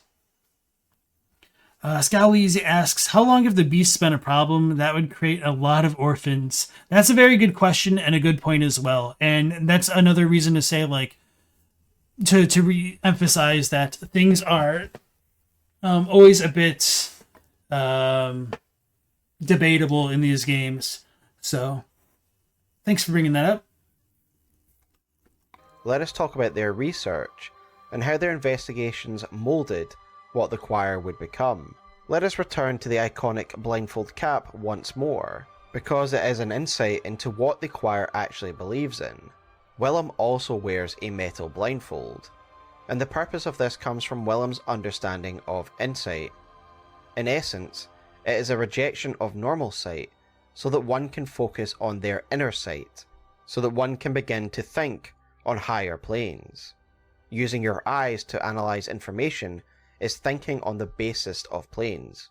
Willem's desire for this inner sight is explained via the 1/3 umbilical cord, which reads, Provost Willem sought the cord in order to elevate his being and thoughts to those of a great one by lining his brain with eyes, the only choice he knew if man were ever to match their greatness. As an aside, this particular umbilical is found in the possession of fake Iosefka, who appears to be a rogue member of the choir, and we will return to her story in the next chapter, but the fact... Alright, so there's a couple things there. This one isn't like super important, but I thought it was kind of interesting that he had like the PAL version, the like European version of the third umbilical cord listed, but he called it the 1/3 umbilical cord, just because like that's the American name for it, but the Japanese is closer to third. It doesn't mean like 1/3 is a fraction. That's not too important right now. The other thing is, I think it's taken for granted that fake Iosefka is a choir member, but it isn't technically confirmed. She could just be a rogue agent. I don't necessarily think there's reason to doubt she's affiliated with the choir due to like the celestial emissaries, but for what it's worth, she's wearing the white church set instead of like the choir garb, which is perfectly fine because if she's supposed to be cosplaying as the real Iosefka, I mean, there'd be no reason for the real Iosefka to be a choir member, so take that with a grain of salt. But I just want to reiterate, it isn't necessarily explicitly connected between the choir and the fake Iosefka. Lord Parber, welcome to the stream. Am I aware of Charred Thermos's Bloodborne lore series? It's got a very compelling analysis of the probable main non-Lovecraftian inspirations for the lore. I am familiar with it. Well, no, let me rephrase that. I know of it. I have not watched it, but we will have a video to react to on one of the streams at some point. So thanks for bringing it up. And we will return to her story in the next chapter. But the fact that this umbilical that was being sought by Willem is in the hands of a choir member again shows that while the choir's methods were different from those used by Willem, their aims were ultimately the same.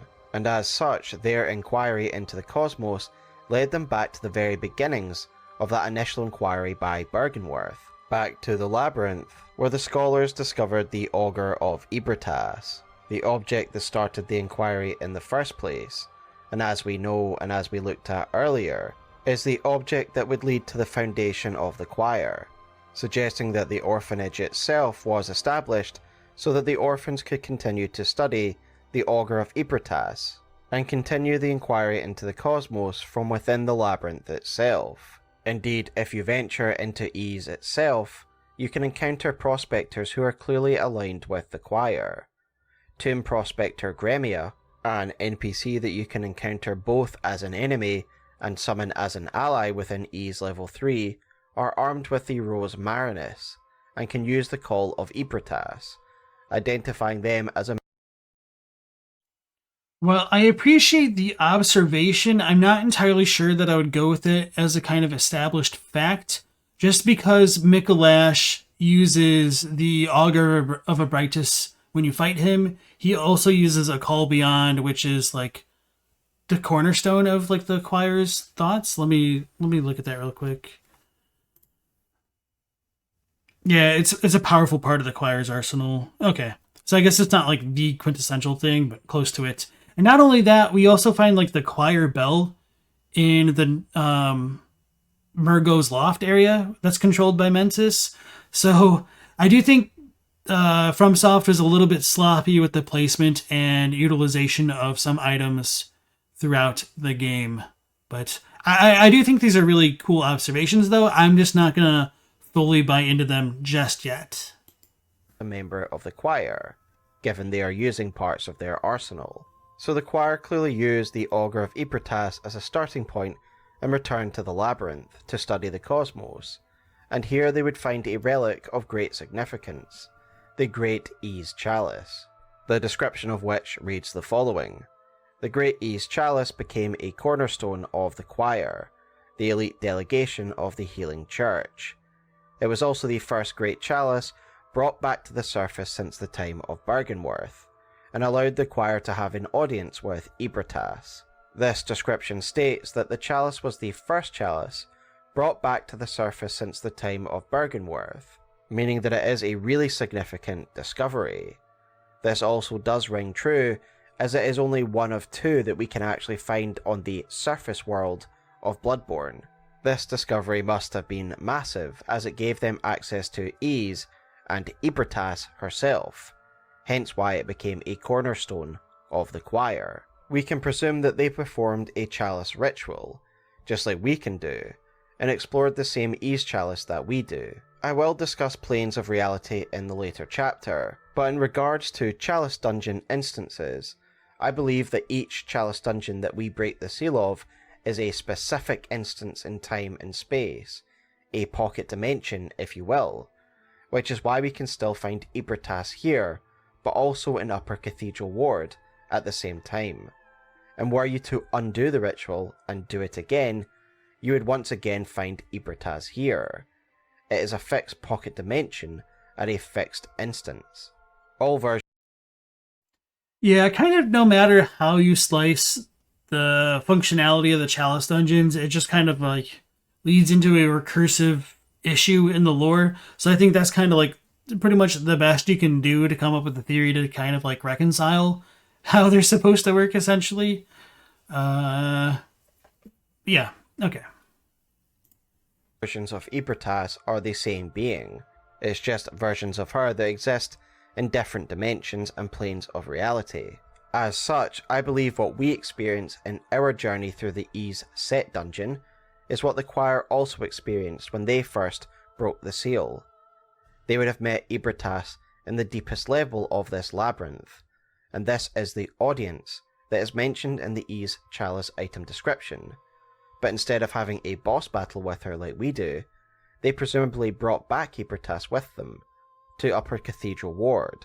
When we meet Ebertas herself in the Altar of Despair, we can see that she doesn't attack us, and this is because the Great One directly works alongside the choir. So before he gets into that point, it's questionable to me whether or not like the choir and whatnot do the same kind of chalices rituals we do, or whether or not the Abritus that we discovered here came from a physical location of the chalices. The way that I tend to look at the chalices is kind of similar to Smough, but I think they're probably like nightmare instantiations of certain events in history that might be repeatable to a certain degree. And part of my rationale for that is no matter what floor you go to or how low you go within like the depths of the chalices, you can like look up and see moonlight or whatever streaming through the ceiling, which is just very unnatural. So to me, it's most likely that it's kind of like a dream state, the ones that we go to. So with that being said, it is questionable whether or not like this version of Abritus is her physical body or something different. But that being said, maybe we're in an Inception style event and all of Yharnam is in a dream, you know? That is another popular theory. Chadwick asks, why are the chalice dungeons any different from any other dream we teleport into and die infinitely in? So the difference is you need to use like the chalices rituals to unlock them. But other than that, I'm not sure if there's really any significant differences. You say it's all a dream, baby? Every place in the game, dreams on dreams. It's just dreams all the way down. Choir garb reads the following. Together with the left behind Great One, they look to the skies, in search of astral signs that may lead them to rediscovery of true greatness. But why would they be looking to the sky for astral signs? What has this got to do with the Great Ones, the cosmos, and the ascension of mankind? Well, to answer that, let us move on to the next chapter, where we discuss the beliefs, aims, and methods of the choir.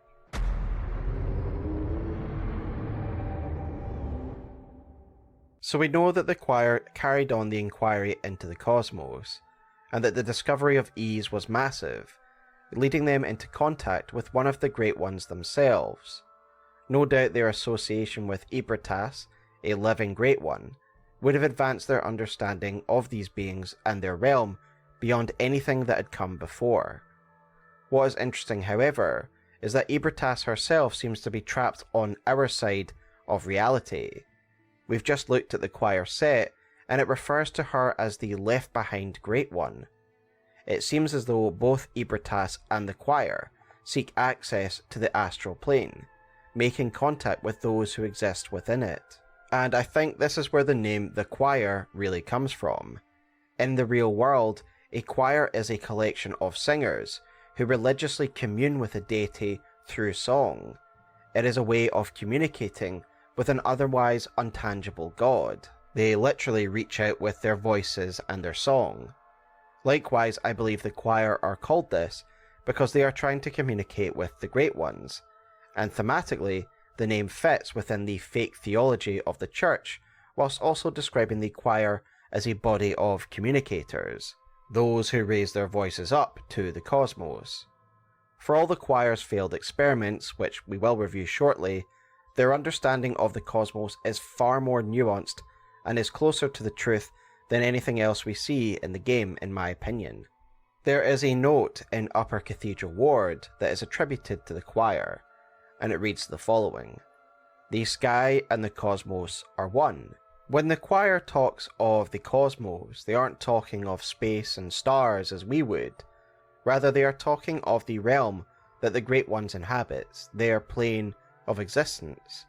So this note is seemingly saying that the sky is one with this other plane of existence. We get a little more elaboration on this philosophy of theirs via the Cosmic Eye Watcher badge, the hunter badge which represents the choir. It reads the following. The eye signifies the very cosmos. The choir stumbled upon an epiphany very suddenly and quite by accident. Here we stand, feet planted in the earth, but might the cosmos be very near us, only just above our heads? This is one of my favourite quotes in any game, but what does it actually mean? Well, it has to do with the way that realities and planes of existence are stacked in Bloodborne. Now, this is obviously an old theory when we talk about the stacking of planes. Obviously, I can't take credit for it. I believe I first heard of it in Epic Namebro's Bloodborne series, so credit to ENB for where I first got this theory. But the idea of stacked realities is most easily seen in the Nightmare Frontier, where we can see different realities above and below us. You can see the Nightmare of Mensis above in the distance of the Nightmare Frontier, and below the Nightmare Frontier you can see some ship masts. Later, when the DLC launched, we would learn where these masts came from, the fishing hamlet, as we can see the same mast models being used as we enter the fishing hamlet. Yeah, I was kind of surprised he didn't lead with this example in the DLC when you come out of the Astral Clock Tower. Rather than going out into the sky, you literally come above the Yharnam in the water there, which when you're down there, you can't see this at all. So I think that's like a super amazing just like gaming moment in terms of like messing with like the player's sense of reality in a dreamscape. Might the cosmos be near us, only just above our heads is such a banger quote. Yeah. It's like asking, where does the sky begin? You think instead of planes above one another, the realization is that the Earth is part of the cosmos. Maybe It's kind of hard to say. I do think like there's overlaps between the realms, but I'm not entirely sure that it's like part of it in the same way. But I mean, this is just kind of like splitting hairs, I think. In addition, in the fishing hamlet itself, if you look into the water, beneath you can see the Hunter's Nightmare, again suggesting that the fishing hamlet layer is right on top of the sky of the Hunter's Nightmare. And this is why. And you also get the snail falling from the sky in the one section of the Hunter's Nightmare. So they did a really good job like foreshadowing that stuff. It's really easy to just forget how much I can appreciate like the effort that they went through in this game sometimes. Why a snail lady falls from the sky My man. randomly when you're in the Hunter's Nightmare. Literally a being who's fallen from a higher plane to the one below. So theoretically, putting all of this together, we can see a stack of realities that goes from the Hunter's Nightmare at the bottom, to the fishing hamlet, to the Nightmare Frontier, to the Nightmare of Mensis. Realities stacked upon each other like layers of a cake. Nice so when visuals. we understand this idea of stacked planes, we can start to make sense of the cosmos, which is repeatedly referred to as the highest plane, or at least a higher one compared to the waking world. For example, there's the description of the Great One's wisdom, where our reality and human thinking is called the basest of planes, again suggesting that we exist on a lower plane to the cosmos.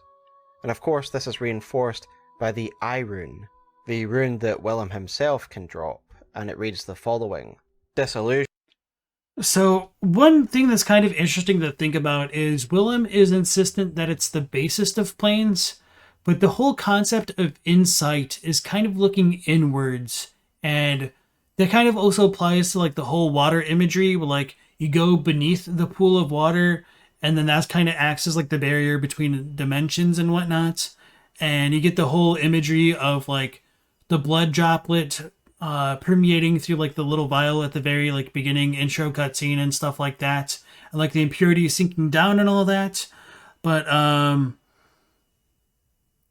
does that necessarily mean that we're on the basest of planes? Maybe we're actually on the highest of planes, and like looking inward is what we need to do, I guess, is kind of what I'm trying to get at. Yeah, water is the barrier between the dreams. I think it's more like liquid rather than water, but I digress. The rune that Willem himself can drop, and it reads the following: Disillusioned by the limits of human intellect, Master Willem looked to beings from higher planes for guidance, and sought to line his brain with eyes in order to elevate his thoughts. I do need to give credit to a Reddit post. So just to like go back to this quote, because I could see some people saying like this discredits what I just said, and I could totally understand why they would feel that way. But I think this quote is phrased in such a way to emphasize that it's speaking kind of from a conjectural perspective of what Willem is thinking. So Willem himself feels like he is looking to beings from higher planes, but that doesn't necessarily mean they are beings from higher planes. But again, this is just a kind of a question of perspective. Are the cosmos part of a higher plane? It's arguable, I guess. I never really thought about it too much from this perspective, but I think it's kind of worth addressing for some people who may have taken issue with what I just said a moment ago. In order to elevate his thoughts. I do need to give credit to a Reddit post by user Stinkhorse for really making the concept of the different planes become more clear to me, so I was able to write this script in a more coherent manner. And so I will post that original post below, and it's from 7 years ago, so it's pretty interesting. In that post, the OP also makes the point that this is probably why Flora, the moon presence, descends upon us from on high. It is descending from a higher plane. So following this logic, the choir realise that each reality is stacked upon one another, and the cosmos being one higher to ours, sits above ours. So when one looks up at the sky, they are literally looking at another plane of existence that exists on top of ours. So when one looks at the sky and the astral signs, you are looking at this different plane of existence that the choir and others want to be elevated to. Hence, the sky and the cosmos are one. The sky of our world is the base of their world. This is... So yeah, I think that makes a lot of sense from like the perspective of the choir people, but I think the idea that you have to go higher is kind of a bit of a misdirection. And I feel like people will intuitively pick up on this, that once you get to a certain perspective, like beyond the world at your feet, the idea of high, low, left, right, forward, and backward kind of becomes relative depending on your own perspective of things. So like, just as you go to a higher plane to reach the cosmos, by the same token, when we access the chalices to go to the underground tombs, we're literally going below ground. So I think that's kind of like a good parallel to mention. And it's also kind of funny that all of the tombstones in the Hunter's Dream say awaken above ground. So it's like we're below ground when we're in the Hunter's Dream specifically.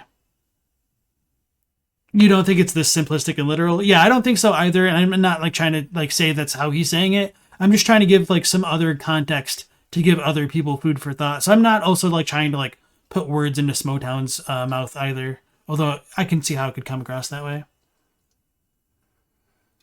Dreams are metaphorical after all. Matt thinks our beastly idiocy is that we can't see everything as one thing, so we have to imagine the cosmos as stacked planes. I think that's a pretty good idea. It's also reinforced by the description of the Ys root chalice, which reads, according to the choir, the land of Ys lies in contact with the cosmos, which allowed the Great Ones to function on transcendental planes of thought. So again, the term transcendental implies that the cosmos is a higher plane of existence. But it also... Yes, and just to like stress that this is from the choir's perspective, so maybe we should take it with a grain of salt. I'm not sure if like Smoughtown's going to do that or not. I just want to like reemphasize that this is very explicit hearsay according to the choir. So because of that line right there, that makes me automatically question whether or not this should be taken at face value. We might not have a lot to doubt it, but it's just something to keep in the back of our minds. Generally, I feel when we like look at lore like this. Transcendental planes of thought. So again, the term transcendental implies that the cosmos is a higher plane of existence. But it also links the idea that the mind is also tied to being able to access these higher planes of existence, as the Ys root chalice description implies that because this region was in contact with a higher plane, the Great Ones were able to operate on higher planes of thought as well. The Great One's wisdom description and the Eye rune also link insight, or elevating one's mind, to ascendance. And understanding this connection between thought and ascending to a higher plane is the basis of Willem's research, but also the choir's. It's just that the choir had a more sophisticated understanding that these higher planes were not only linked to one's understanding, but also that they literally were higher than the one that we inhabit. But in short, the choir came to realise that the distance between the cosmos was not spatial, but rather related to higher planes of thoughts and existence. And as such, their works are dedicated to elevating the human mind to the level of the Great Ones. This understanding, coupled with working alongside one of the Great Ones, has given the choir a great understanding of these beings. Indeed, I would go so far as to suggest that they are aware of Flora, the Moon Presence, a very surreptitious figure within the Bloodborne lore.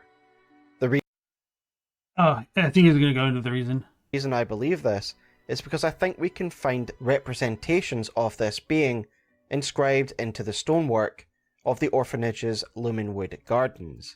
That's exactly what I was going to bring up. So yeah, I think obviously they do have reasons to believe in the moon presence. So the first time like this statue got pointed out to me, it just kind of blew my mind. And I don't think there's any reason to doubt this is the moon presence, especially when you compare it to the concept art. Like, if you look at these, you can kind of see, like, skulls in it. Let me see if I have the concept art on hand. 1 second. Dang it. Well, anyway, there's a concept art of the moon presence that has, like, little bits of messengers, like, clinging to, like, its legs and kind of like its little wings, sort of. So if you guys check it out for yourselves, it's really cool to compare it to the statues here in Smoughtown's video. But that is, of course, my speculation. Let me know in the comments below what you believe these depictions are. As such, a lot of their works are dedicated to making contact with this higher plane of existence, and the beings who exist within it, in the hopes that this connection would lead to greater insight and understanding. For example, we have the make... Of course I find it after the fact. So the moon presence has like these little messenger-esque figures crawling all over it in the concept art. It's a little bit unfortunate we don't ever get anything like this in the game other than that goofy-looking statue in the Lumenwood Gardens.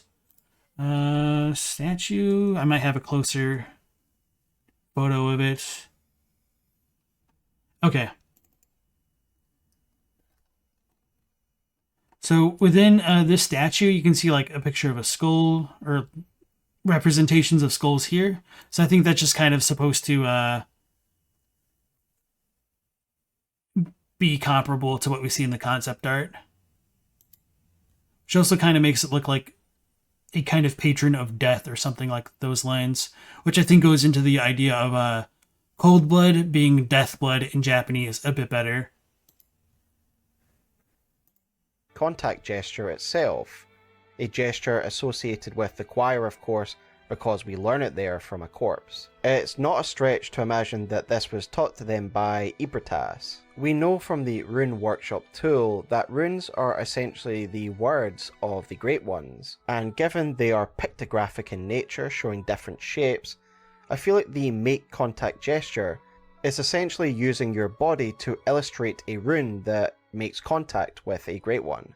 And it does seem to actually work, because if you use the make contact gesture when in front of the brain of Mensis, a Great One itself, it replies with a rune. So a sort of very slow conversation there. One of the choir's signature techniques is also a failed attempt at making contact with the cosmos. So a bit of potentially deep lore that might not really amount to anything. So I've wondered whether or not this make contact gesture is a kind of reference to Hotei and the moon. So it's pinned in the Discord somewhere. Let me look it up real quick. Okay. Perfect. Let's jump to this post. So this is called Hotei and the Moon, and it's kind of hard to tell from this angle, but he's kind of making like a make contact gesture in this screen specifically. But the story behind it is, let me find that link. But yeah, I could just post it into chat. That's a thing I can do. If you guys want to look at that on your own sometime. The full moon Zen is something about Hotei. So we have like images of like monkeys looking at the moon and water. And so to the perspective of a monkey, they might not be able to differentiate the moon and the water from like the moon and the sky. So that's kind of like a Buddhist thing to represent like the thing that you're looking at isn't necessarily like the proper way to follow something. And that kind of ties back into like Hotei. So you might confuse like his finger pointing at the moon for the way to like follow to the moon. Well, hold on. I said that poorly. Like pointing to the moon could be mistaken as like the way for going to the moon. But what you need to do is look at the moon yourself, not the finger that points to it. Kind of like the way that the monkey looks at the moon in the water instead of like the moon itself. But even beyond that, the moon that's reflected into the water is still sort of the moon to a certain degree. So like things reflect off of each other, which makes finding the way more difficult. So the way is kind of in all things, but it's everywhere and nowhere at the same time is kind of like one way to look at it. And that's kind of my personal interpretation on it, or my one way that I'm paraphrasing it, and I'm certain others would disagree. But let me read this verbatim. Misperceiving reality, the monkey fixates on an illusion. The reflection in the water, like everything else, depends on a constellation of conditions. The instant the moon sets or other conditions change, the reflection will disappear. It has no independent existence. Still, we cling to the things we have and strain for the things that we want. Suffering ensues. The Buddhist concept of delusion encompasses mistaken views, ignorance, self-deception, and mental illness. Another painting that takes its cue from the moon. Hotei is pointing to the moon as the inscription attests. His expression is so rapt, there's almost no need for him to point. Fugai takes full advantage of the colors of ink painting, blah blah blah, to make a point. The central metaphor is well known. Language about ultimate reality is like a finger pointing to the moon. Ultimate reality goes by many names in Zen: mind, Buddha, Buddha nature, and so on. Hotei signals a goal, a direction, and by extension, a path. But don't mistake the finger for the moon. Another analogy comes to mind, teaching a dog to fetch. The first time you throw something and point to it, the dog may mistakenly jump at your outstretched hand. So that's kind of a good example right there. But to tie that more specifically back into the Bloodborne, I think it's very interesting that we do this gesture to get the moon rune. Because signature with the term mensis comes from Latin, and while many people think of menstruation, the reason menstruation kind of gets its name is because it's tied to the lunar cycle, and mensis essentially means moon. So it's the school of the moon. And when we meet the brain of Mensis, the brain of the moon, I guess, not really, we do this gesture to symbolically perhaps point to the moon, which I think is to show like, hey, we're looking for enlightenment. And I think the brain understands our goal with this gesture. And I think this is literally the brain speaking to us. And I think the brain is trying to say moon to us because it understands what we're like looking for. And like the moon is the ultimate goal of the school of Mensis, which I think they're using the cries of Murgo to summon the moon presence to the world, which is why things are going awry in Yharnam. So hopefully you guys enjoyed that. And again, this is like some super House of Cards stuff where it's just all built up on like very weak foundations, but I think they're interesting enough that, you know, it's a House of Cards. It's not the most stable thing in the world, but there is kind of structure to it. Is also a failed attempt at making contact with the cosmos, the Call Beyond. It reads, one of the secret rites of the choir. Long ago, the Healing Church used phantasms to reach a lofty plane of darkness, but failed to make contact with the outer reaches of the cosmos. The rite failed to achieve its intended purpose, but instead created a small exploding star, now a powerful part of the choir's arsenal. The reference to phantasms is of course a reference to the slug-like beings who act as familiars to the Great Ones, such as the Augur of Ybertas, the Empty Phantasm Shell, and the Pearl Slugs. The connection that these invertebrates have to the cosmos is pretty clear when we consider their use. The Augur of Ybertas is able to partially summon her, despite being in a spatially different plane, and a Call Beyond, another slug-like creature, literally creates an exploding star. As we've discussed already, when one looks at the icons... So this isn't like terribly important, but it was a really cool detail that somebody showed off in the Bloodborne Discord a long time ago. Hopefully I have the picture saved, or I have a picture saved. Okay.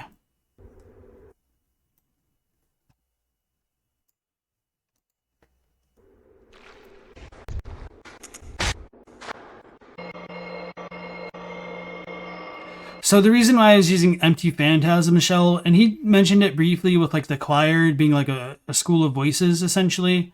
I do think there's supposed to be a deeper connection with the choir and sound in general, and there's kind of like a ringing sound that can be heard with the empty phantasm shell. Arguably, that one's like, I don't really believe that. But definitely with the Rose Marinus and like leveling up with echoes sometimes, and the Garden of Eyes, when they grab you, there's like a ringing noise, and I've wondered whether or not that's supposed to be like a sound in the blood, kind of like Carol runes to an extent. That might be like where they first came into contact with the idea. Okay, here we go. You can't really tell from the front, but if you look down from above, I need bullets. You can see it.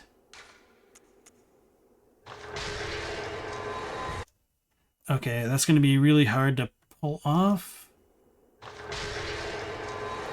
Okay, so this is a little bit difficult to make out, but you can see like the shapes of it forming into a literal like 5-pointed star, kind of like the arcane icon. So like, yeah. That just kind of blew my mind when somebody pointed that out. So, okay, I did it again.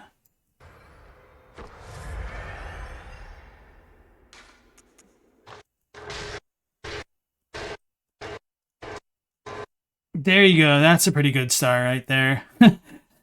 It's just the amount of details that they went into this game is just so crazy sometimes.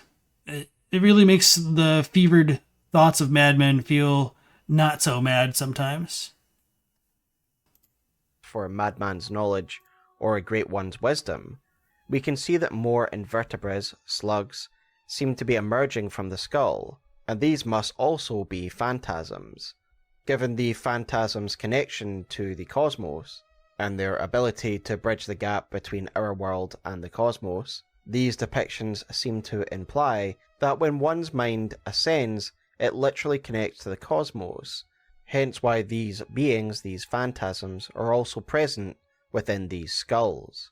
And this would explain the cosmic effect and the presence of phantasms on both of these item icons. And I don't think this is a huge stretch, given that the Augur of Ebertas and the Call Beyond both form a sort of bridge between the cosmos and the human plane. And as such, I believe that phantasms are drawn to ascendant thought and insight, which is why they are so drawn to the Great Ones and become their familiars. It's always reminded me of the symbiotic relationship between remoras and sharks, these smaller beings gathering around a mighty beast, much as the phantasms seem to gather around the Great Ones. I think that phantasms seeking out insight and being a bridge between the cosmos and the base plane can explain some of the kin enemies that we find in the orphanage and throughout Yharnam, the brain suckers. But we do find them in their greatest numbers in the orphanage. Given what we have just stated about the connection between insight and phantasms, it would make sense that the orphanage would be a place in which many people could be overwhelmed by the insight and the Eldritch Truth that they witness through the research. The description of Madman's knowledge reads the following: making contact with Eldritch wisdom is a blessing, for even if it drives one mad, it allows one to serve a grander purpose, for posterity. This lays the baseline idea that some people can be overwhelmed by the Eldritch Truth, and I believe that brain suckers are those who have been overwhelmed with their exposure to the Eldritch Truth, and essentially have now become hosts to a phantasm in their brain. Alright, one comparison I like to make between like Bloodborne's lore is to Final Fantasy VII, oddly enough. I think in a lot of ways, the blood of Bloodborne is analogous to the life stream of Final Fantasy VII, and that they both kind of connect to a liminal space that might unite like the collective unconsciousness, and coming into contact with the collective unconsciousness with the raw human mind is a really bad thing, because it becomes extremely easy to lose one's sense of self in the river of souls, essentially. So hopefully that's a good enough comparison to make sense And that's kind of like one of my schools of thought why I think like calling it the Eldritch Truth kind of muddies the lore a little bit, because it makes it seem a lot more discreet when I think it's a lot more cohesive, at least in the Japanese text. If a brain sucker is able to grab you and suck your brain, it takes some of your insight, and at that point, a large slug-like appendage appears from the brain sucker's head. To me, the brain suckers are humans who have been overwhelmed by the phantasms drawn into their brain, and the slug-like creature that comes out of their head is that phantasm, which has in essence become a parasite. This phantasm then turns its human host into a vehicle through which the phantasm can seek more insight. It's a zombie that craves insight rather than just blood or brains. A whole human host driven and controlled by that one desire. But we can still witness the phantasm's connection to the cosmos through the cosmic powers they use to try and bind their victims. Whilst we mainly find them in the orphanage, there are two other places where we can find them in decent numbers: Bergenworth and the Labyrinth.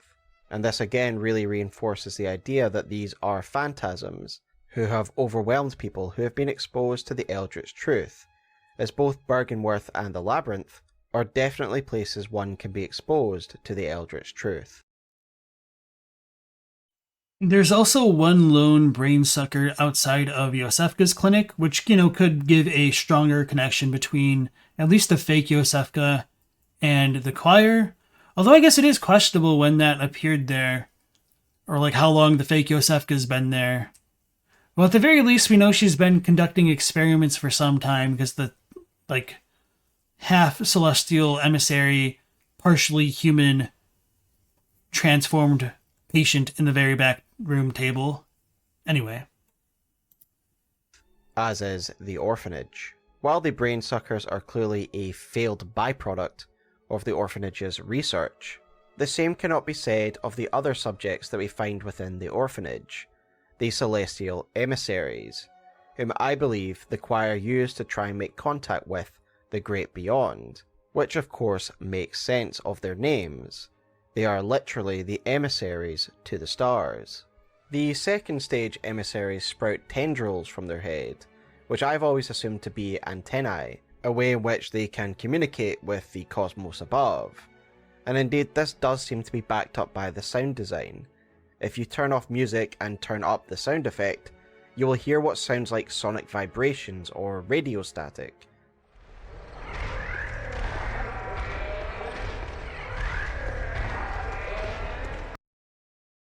That's a good example that I didn't have in my video where I talk about the arcane and sound and stuff like that. That's a cool one. Thanks, Smough.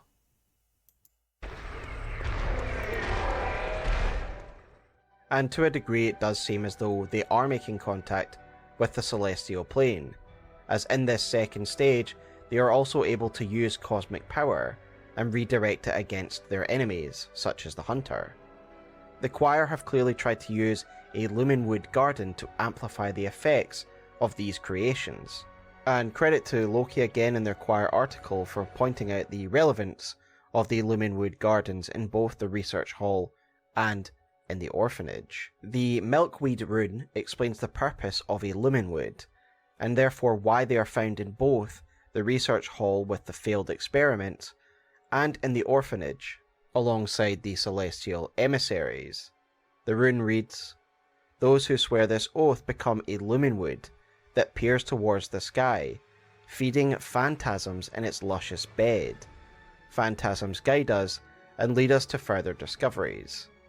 I think at this stage in the thesis, we have well established that phantasms seek out beings of ascended thought, and also act as a bridge between our world and the cosmos. Alright, I was thinking he might go into a little bit of detail about it, but maybe he doesn't. So let's... I want to pull up the Japanese to compare real quick with the milkweed rune, because there are some significant differences in my opinion. And he might get into this later, so I might be jumping the gun, but it doesn't seem like that with the current trajectory of things. Yeah, whatever. Okay.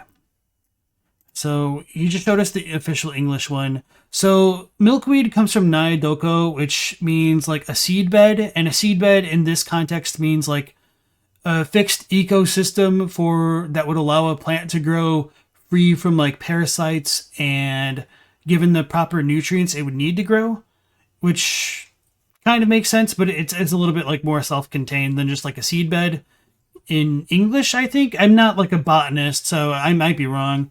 But from my understanding, just like the way that seed bed sounds in English, it makes it sound like just any bed that has seeds in it. And a bed isn't necessarily completely isolated from other stuff. But anyway, this is the Carol rune of a seed bed. You become a starflower stem which houses phantasms. Starflower is what they call a lumenwood in Japanese, and this whole thing with it being like a starflower is just kind of like it's a made up word. So like this character right here is star, and this one is like flower. Oh, whoop. So star flower, and it's just kind of taking the idea of sunflower and just kind of like altering it. So lumen woods are starflowers, and with starflowers you have celestial attendants, and the whole like celestial stuff is just like star attendant in Japanese, and a brightest daughter of the cosmos is daughter of the stars. So that's just kind of one thing that's a little bit more consistent in Japanese, but that's not the important thing for right now. It's a Carol. Wait, does it just say Carol? Carol rune. Whoops. A Carol rune born by the laboratory patient Adeline. It is a phonetic representation of damp sounds whispered by inhuman voices. It divinely reveals the way to attend the stars. So that this kind of like, let me double check the English. I don't remember what it says. Celestial attendant. Yeah, so like celestial emissary might have been a better word for that.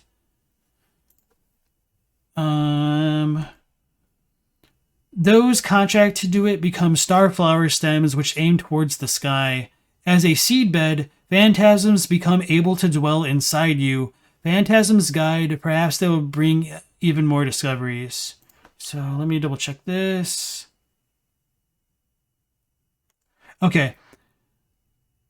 This is a little bit more direct, that when you become a lumenwood, phantasms come inside you, which kind of ties back into the Kos weapon, the Kos parasite.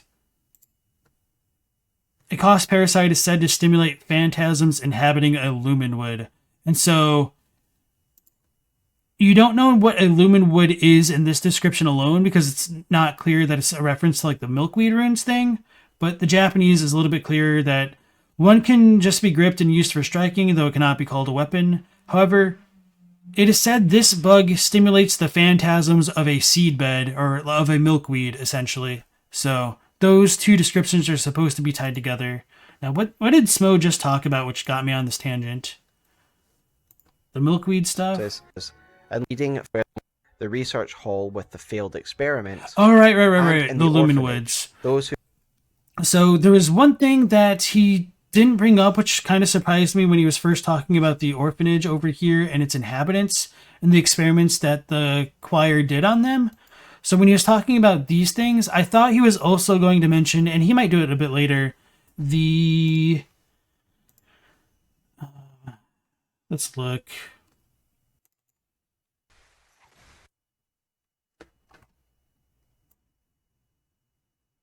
So, okay.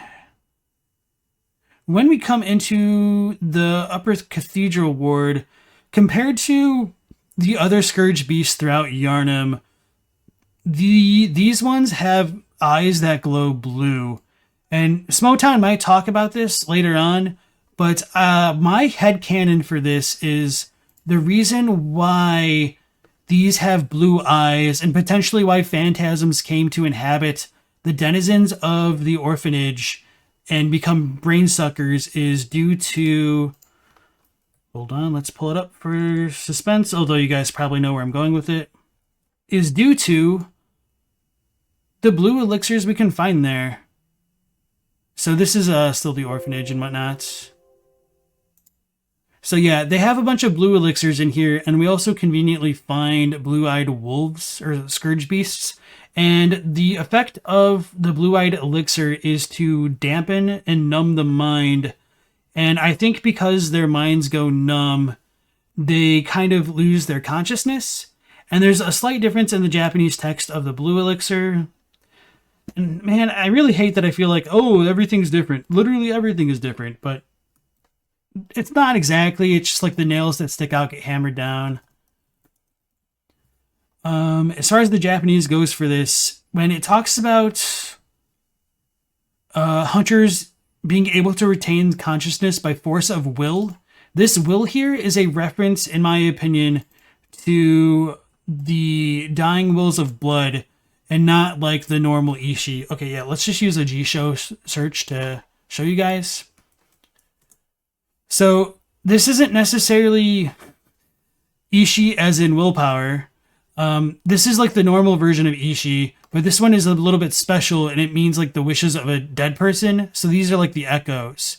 So hunters are able to retain their consciousness because of the echoes within them, but these scourge beasts and brain suckers people might not have the ability to inherit blood echoes efficiently, and so I think their minds get numbed and then they get taken over by phantasms. And scourge beasts were just kind of failures in their endeavors, I think. So a lot of lore dumping. Hopefully you guys enjoyed that, and hopefully Smoughtown goes into a little bit of detail about that as well. Oh yeah, and then the one other thing, actually I should probably put on my full Peppy Sylvia stuff right now. Whoop. Is I think something that's incredibly important about the choir garb. Let's see him in the milkweed form. Here's fantasms and the themes gas. They are okay.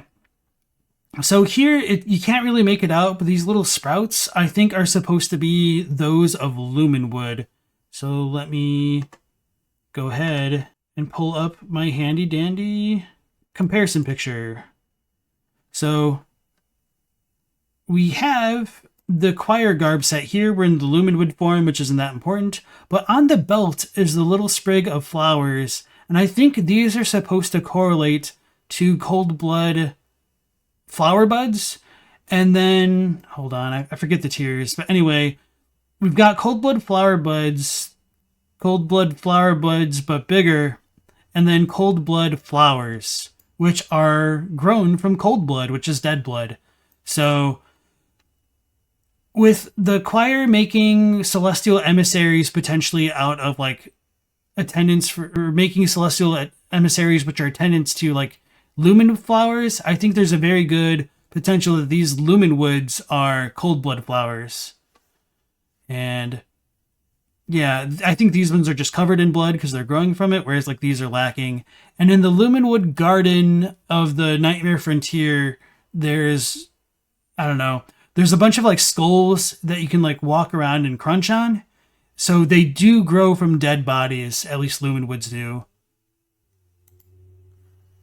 All right. Mortis wonders what Smough will think when he eventually watches this, because there's a lot to say with this video. Personally, you still think it's a great video, but there's context lacking. Maybe. I mean, I can't blame him. Like, you would just need to, like, literally know only 2 languages and look at literally every single line in the game and then figure out how it actually matches in with everything, you know? found in both the... But I do like the video so far. I think he is just kind of, like, missing some context. And, of course, like, this is also has my spin on things. So I think that's kind of important to keep in mind as well. Yeah, you don't blame him.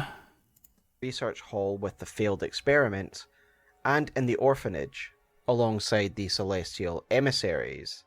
The rune reads, "Those who swear this oath become a lumenwood." All right. That this ascended thought and lead us to further discoveries. I think at this stage in the thesis, we have well established that phantasms seek out beings of ascended thought, and also act as a bridge between our world and the cosmos, and thus to have a ready supply of them in a garden would logically help direct the choir to new cosmic discoveries, and possibly could direct the celestial emissaries in their attempts to make contact. And so, just to kind of put a little spin on things, I kind of think, I don't necessarily think that he's wrong that phantasms might seek out ascendant thought. I also think that these things might be like, quote unquote, crimes of opportunity, and that, at least in the Upper Cathedral ward, I strongly believe that they used the blue elixirs on their patients to numb their minds, which allowed the phantasms to take root. But otherwise, they might not have been able to do it without maybe like a moon presence, red moon style event. these Lumenwood gardens are essentially used as a hotbed for phantasms. Talking of these two Lumenwood gardens, we do need to address the parallel of the failed experiments of the research hall and the celestial emissaries of the orphanage.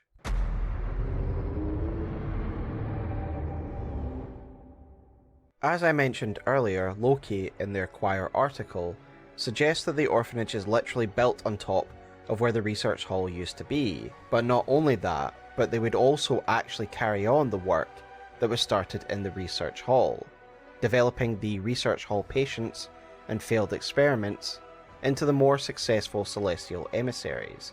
This is obviously quite compelling when we compare the end products of the research hall, the failed experiments, against the celestial emissaries of the choir side by side. In these dark halls of the research hall, humans were experimented on following the fishing hamlet raid and the discovery of Kos by the early healing church. These scholars saw a connection between the aquatic and the cosmos, and thus they wanted to exploit this connection to water to try and connect with the great beyond. So just like another mini like translator note is like the term, no, I think they used mollusk in English, don't they?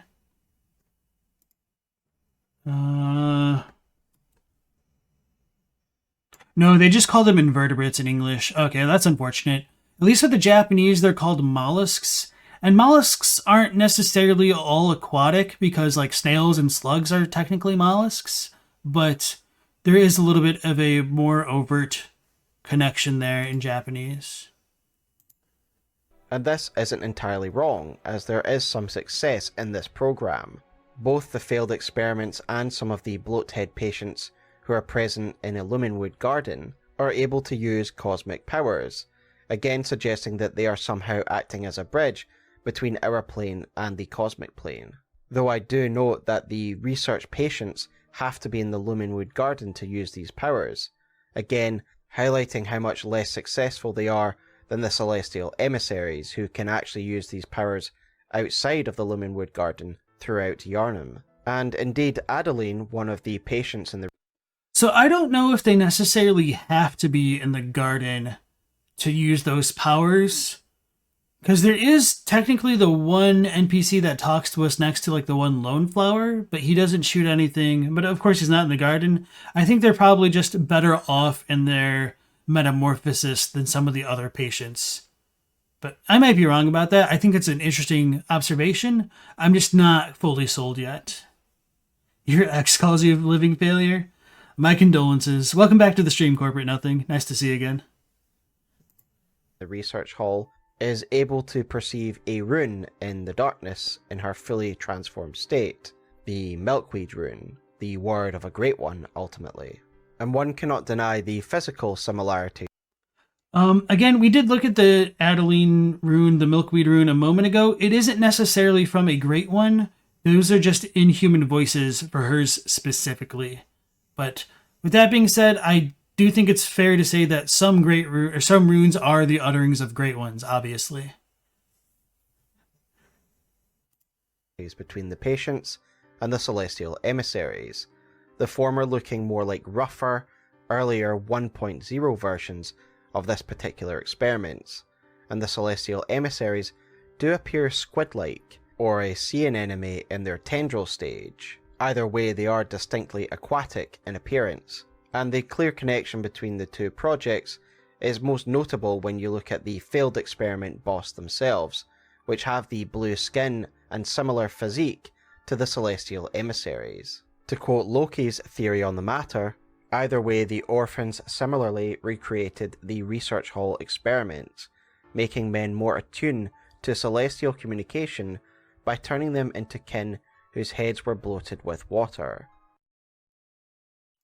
Alright, so I think I don't know exactly where Smough stands on this, and I don't want to like speak for him, but I think one very common idea about the research hall is that it represents an encapsulation of time in the Healing Church's history and should be viewed as more of a time capsule than an actual currently ongoing thing. Whereas I'm not so sure about that. Like, I think, yes, it does kind of represent an image of, or a snapshot of the past to a certain degree, but I don't necessarily think it's a closed off environment, because we do have hunters like Simon going into the Hunter's Nightmare and ultimately accessing the research hall.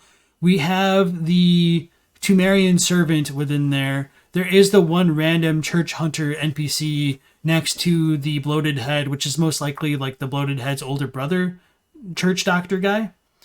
And I could potentially see the research hall as like the choir's active base of operations that's analogous to the way the School of Mensis has the Nightmare of Mensis. But that might go against the established grain of thoughts. I'm not fully sold on this idea myself, but I do think it's a potential thing worth revisiting in terms of like how people might view the DLC. Because I don't necessarily think like the fishing hamlet is also supposed to be like way, like literally far in the past. I think it's like an idealization of a time in history, I guess. And again, I have to give credit to Loki for pointing out the similarities between the Research Hall project and that of the Celestial Emissaries. The fact that both groups place these enemies in Lumenwood Gardens. Oh yeah, and part of the reason why I was saying like I think that they might be currently ongoing things is to bring up the point that the Celestial Emissaries might only be able to actually like function in the real world, and in the Nightmare these things might actually be like what Celestial Emissaries are, but because they're in the Nightmare they're not real enough to have like a proper form. And I don't really know how I feel about this. It's just kind of a random idea that's occurred to me. But I think it makes sense. Like, is there really supposed to be that big of a difference? Like, they're both attending flowers. They're both blue dudes. I think they might have a different number of fingers. The real Celestial Emissaries have 7 fingers on their left hands. Their rights have 6. Amygdalae have 6 fingers on each hand, and they're like the equivalent of ambidextrous. They have like thumbs on the outsides of both sides. So anyway. Similarities between the Research Hall project and that of the Celestial Emissaries. The fact that both groups place these enemies in Lumenwood Gardens really does suggest that the choir's version of the Celestial Emissaries are a 2.0 run at the original Research Hall project. Sadly, as we know from the Research Hall boss, they are called failed experiments, suggesting they were unable to properly make connection with the cosmos. And it suggests that they are able to use cosmic powers, but that it is raw and untempered.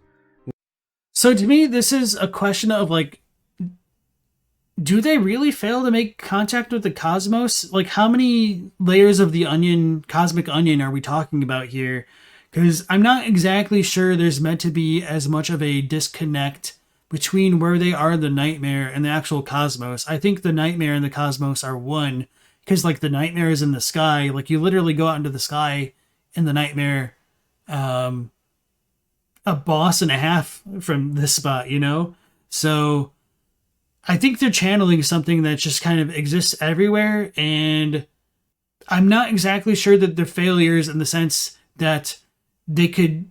Hold on, let me rephrase this. I don't necessarily think they're failures at contacting an outer cosmos. I feel like they're already pulled over. They can't pull over any farther, perhaps. And, you know, that's heavy speculation. Not the communication link or source of knowledge that the Healing Church was actually after when they created these experiments. However, the choir's version of this experiment, the Celestial Emissaries, seems to have been more successful. Even physically, you can see they are a more refined result. The Celestial Emissaries, in their tentacle form, are able to summon the power of the cosmos, but more importantly, through them, the Imposter Iosefka does seem to be able to make contact with the cosmos and elevate her mind, perhaps almost ascending to become one of the Great Ones. The fake Iosefka seems to take control of the original Iosefka's clinic during the height of the hunt. While this person is only wearing the white church set, they clearly stole this from the original Iosefka, who was also wearing this. The imposter is able to use a Call Beyond and the Call of Ebertas, and the fact she is associated with Celestial Emissaries, enemies we find primarily in the orphanage, really does make it an absolute certainty that this is a rogue member of the choir. Again, I think that's reading into things a little bit too far. Do I think it's likely? Yes. Do I think it's an absolute certainty? No, I would disagree with that. Taking advantage of the hunt and the facilities provided by Iosefka's clinic to carry on her research. The aim of her work is clear, the same aims that we have tracked through Willem and into the choir, to ascend one's thoughts. We must find a way to surpass our own stupidity. You're one of the bright ones. Don't you see how much this means? To achieve this end, the impostors turned Iosefka's place of healing into one of experimentation, with each survivor sent there being transformed into a celestial emissary. And just a nice little detail and observation made by Loki is that we can see partial human features on some of the dead emissaries, the human skin still being present on the hand and some of the legs. Just the final piece of evidence if you weren't convinced that these celestial emissaries were indeed once humans. Iosefka herself sadly appears to be one of the victims, as one of the celestial emissaries found in the clinic drops her signature blood vial. In her dialogues, the imposter makes oblique references to a procedure, and we can assume that blood administration plays a role, given the original subjects of the research hall seem to have blood transfusion drips next to their beds. The clockwork metamorphosis rune that we looked at earlier also makes it clear that blood is a good medium for transformation or metamorphosis. One of the doctor's lines is that, oh, this time I'll try using the old blood or something along those lines.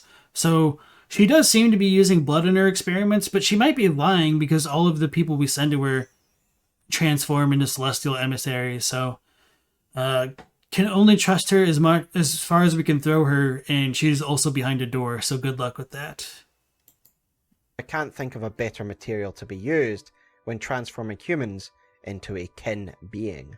Indeed, it does eventually seem as though the old blood directly will eventually be involved in the procedure, for in one of the imposter's dialogues she says, "Oh, hello. You're alive. Good. I've received another patient. This time, I'll be trying old blood." Hey! So the old blood is clearly being used for metamorphosis. And given all we have discussed about the celestial emissaries, it's clear that not only is this imposter using their transformative process to elevate her mind in understanding the human form and how it can transcend into that of kin, but also to use them to make contact with the cosmos above.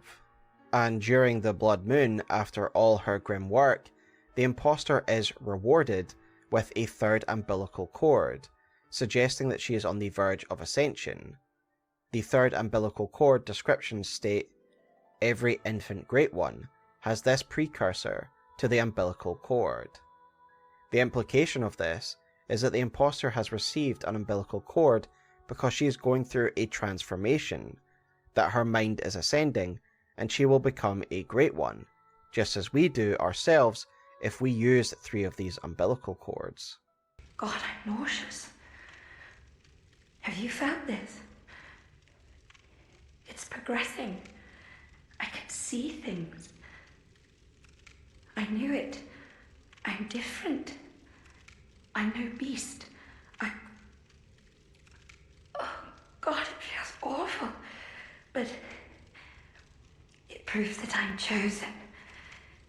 Don't you see how they writhe inside my head? It's rather rapturous. Additionally, she talks of writhing within her head. And once more, if we look at the Wisdom of a Great One and its item icon, we can see that having the Wisdom of a Great One comes with a whole host of phantasms. And that's what I imagine are writhing around in the imposter's head. Okay, so I don't necessarily...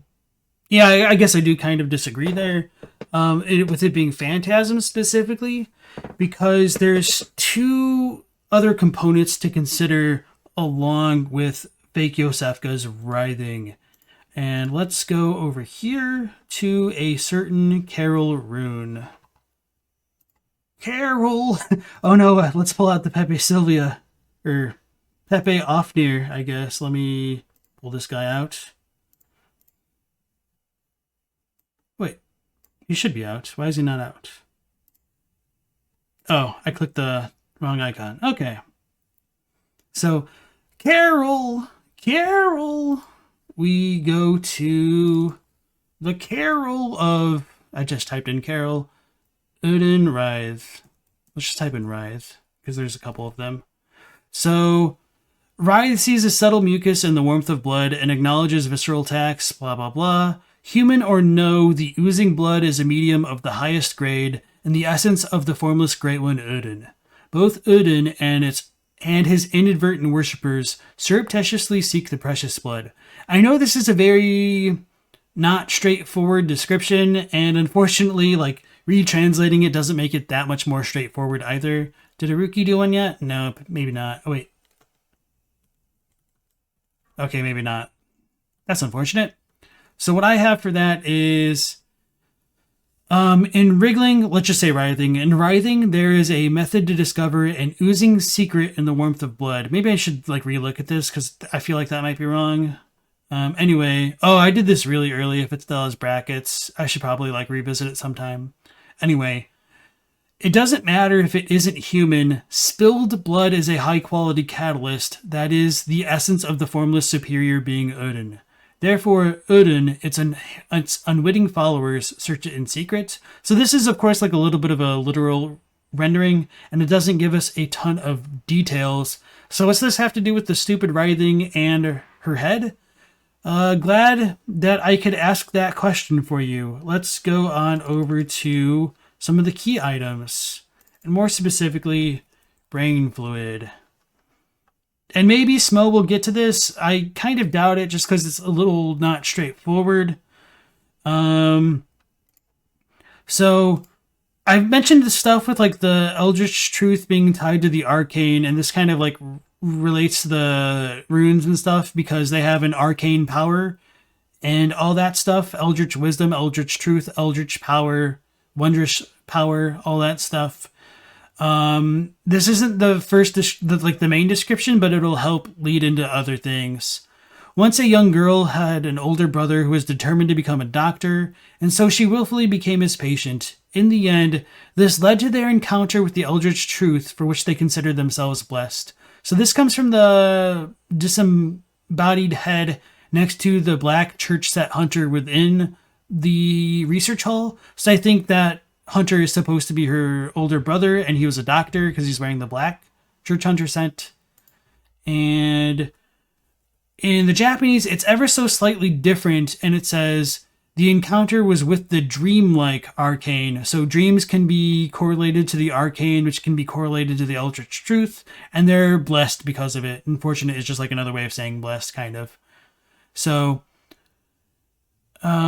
this next one goes into the connection to insight, which Smough is getting into. So I'm not trying to decry what he's saying. I think there's just a little bit of layers to things. I guess, oops, pun intended with all the layer stuff we're talking about. We fail to realize our own latent potential until the moment it is lost and we sense its absence. Ironically, this is the very nature of insight, like the moment one licks one's own blood, only to be startled by its sweetness. So I think that's a pretty good translation there, just to give an alternate take. Realizing something is missing within you that you were unaware of, it's funny, but that's also the true nature of enlightenment, or insight is technically like the game term for it. Like licking one's own blood and being surprised at its sweetness. So insight is like getting the brain fluid removed from you, and then once it's gone, you're like, wait, something's missing. Once you get that stuff back, you're like, oh, that's what was missing. Oh, I understand that this thing was always in me to begin with. So that's kind of like what it's saying, like insight is, sort of. So this is the important brain fluid description. And the English is close, but not quite there. So in the early days of the healing church, the great ones were linked to the ocean, and so the cerebral patients would imbibe water and listen for the howl of the sea. Brain fluid writhed inside the head, the initial makings of internal eyes. So this makes it sound like it's the brain fluid that's the main catalyst, but it's not quite right in my opinion. So, in the early days of the healing church, great ones were linked to the ocean. Therefore, head patients who fill themselves with water hear the voice of the ocean. And as for brain fluid, it's an attempt to attain eyes on the inside. It is said to begin through writhing. So, I guess like the English for even my translation is kind of wonky, but what it here is a reference to attaining eyes inside the head. So attaining eyes inside the head is said to begin through writhing. So writhing equals eyes on the inside. Going back to Smough's video and Iosefka.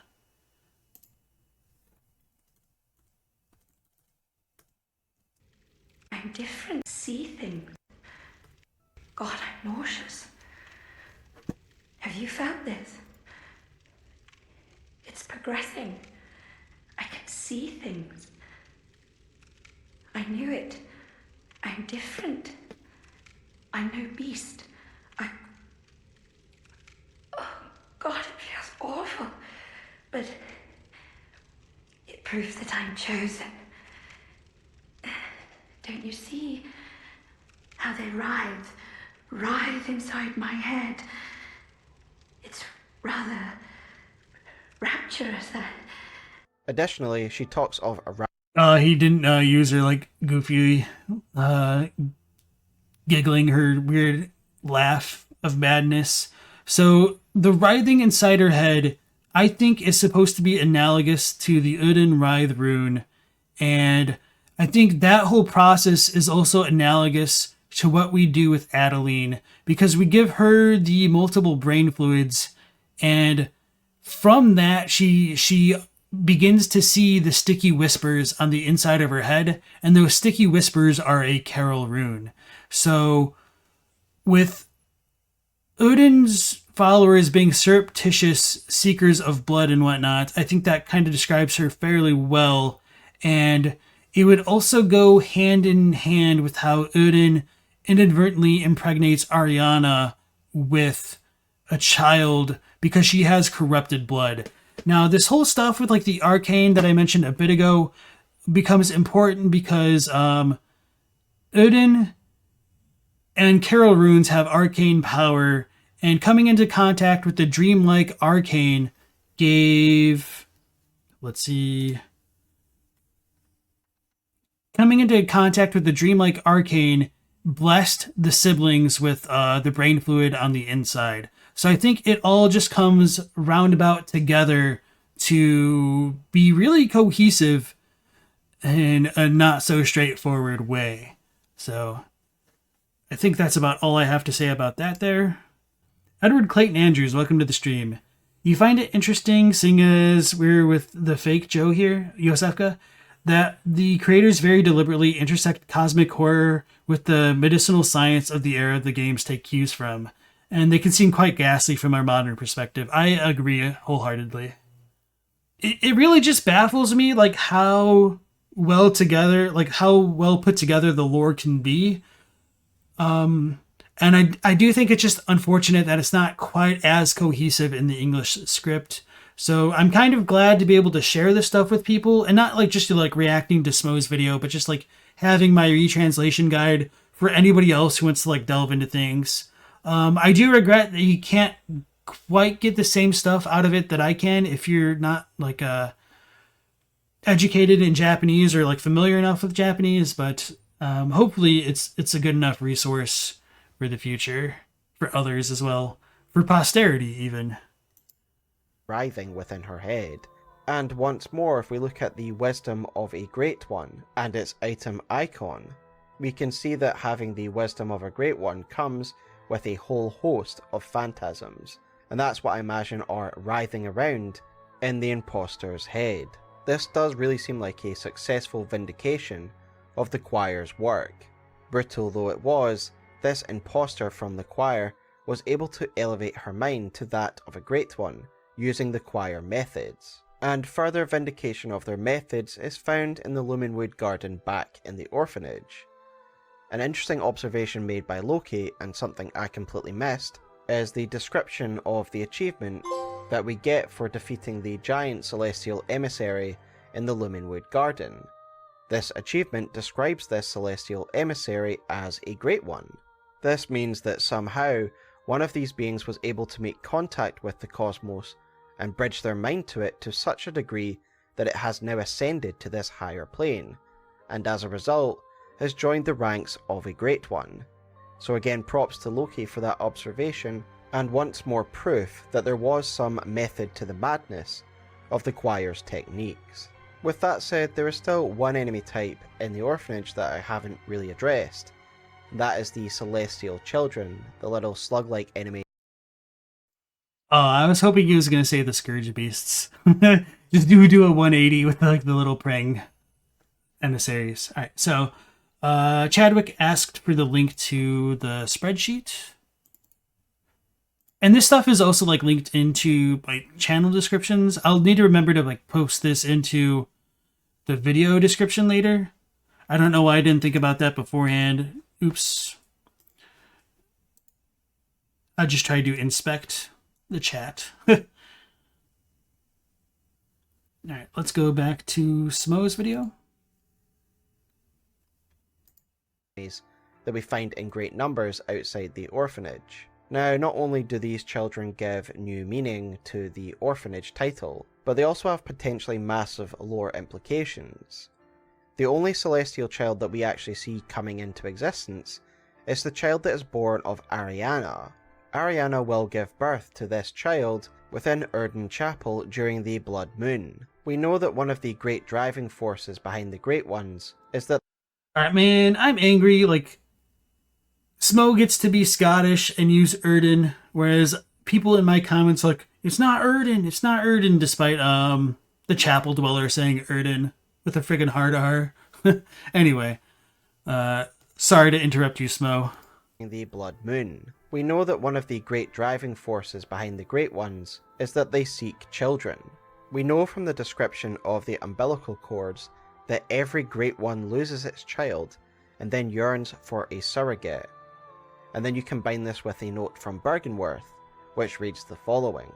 When the red moon hangs low, the line between man and beast is blurred, and when the Great Ones descend, a womb will be blessed with a child. This exactly happens to Ariana, and so we can assume that it is a Great One blessing her womb with a child, as the red moon is hanging low when she gives birth to this child. The generally accepted narrative in the community is that it is Urden who blesses her womb with a child, and I am inclined to agree. But more importantly, the child that she gives birth to, essentially the child of a Great One, is the exact same model that is used within the orphanage. And the potential implication is chilling to me. Have the choir been using the orphanage as a battery farm to produce celestial children? That surrogate mothers have been used to breed these creatures in large numbers?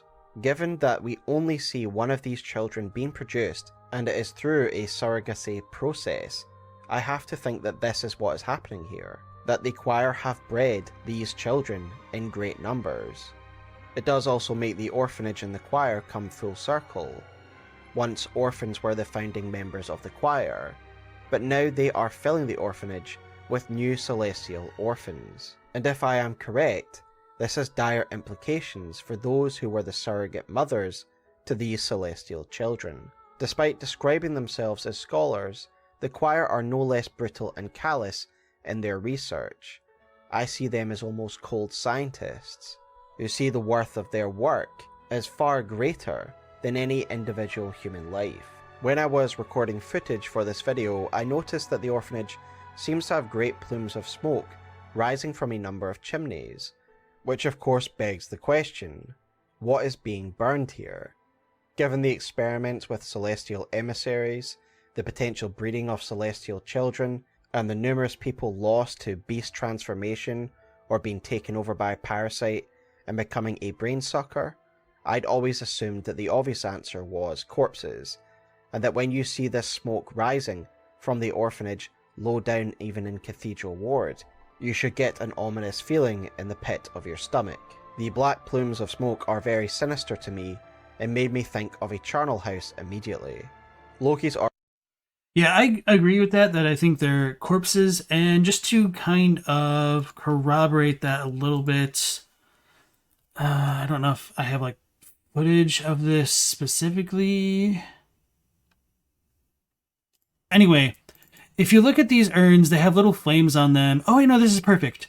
So if you look here, we've got like a bunch of skulls in these ashes. So I think it's without a question throughout Yharnam and like all the incenses that they burn, they're burning the remains of the dead, essentially.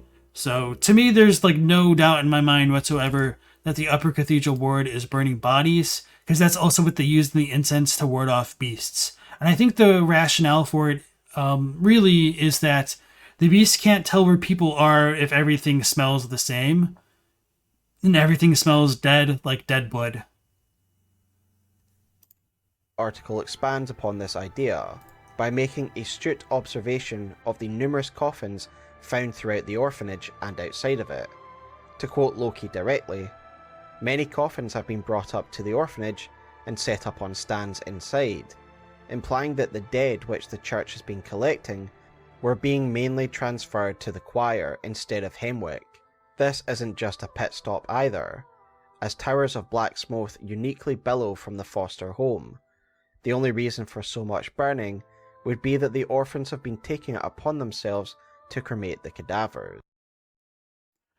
As much as I kind of admire it, I feel like this is really cherry-picked data, because there's like literally coffins everywhere in Bloodborne, with the exception of maybe like technically Canehurst and the Forbidden Woods. Like, I mean, all of central Yharnam is littered with coffins and statues, so I feel like this isn't it, Chief. Indeed, European cities weren't known for smelling good. Even today, Paris struggles with it. Find coffins throughout Yharnam, but most interestingly, in the tower in the church workshop that leads up to the choir, which does make Loki's argument very compelling, that all the coffins we find throughout the orphanage are research subjects, in essence. While on the surface I've always thought of the choir as a more sophisticated facet of the healing church, it is clear they are no less willing to sacrifice innocence and transgress social norms in pursuit of their goal.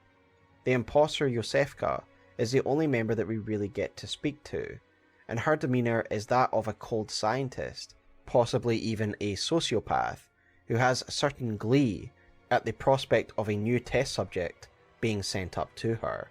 In general, I like the old, like, possibly, allegedly style language in terms of her being a sociopath. But to play like devil's advocate, you know, maybe it's all really just the influence of the Red Moon, right, guys? Right? Everyone's going mad. I want to summarise the work of the choir. They have worked out that the cosmos is a higher place of existence, literally, that lies atop our world in the sky, and that to reach that higher plane, we have to ascend our minds to a higher plane of thought, a notion conceived by Willem himself. However, they go further than Willem would ever be willing to. using the powers of blood ministration to transform the human body so that the mind may soon follow. And thanks to their association with a Great One, their understanding of the Great Ones is far more nuanced and far closer to the truth than anything else we see in the game. Well, maybe aside from one other school.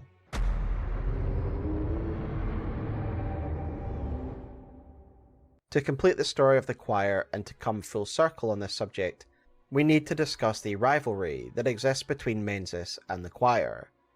As we have already discussed in the orphanage key item description, the creation of the church would split the church, suggesting that their way of leadership violently clashed with the status quo of the church. Splitting the church, to me, implies that there were those who argued against the methods used by the choir. While yes, they are brutal and callous, the methods employed by the choir to achieve their goals are still slower and more methodical, seeking to ascend humanity through refined processes and understanding.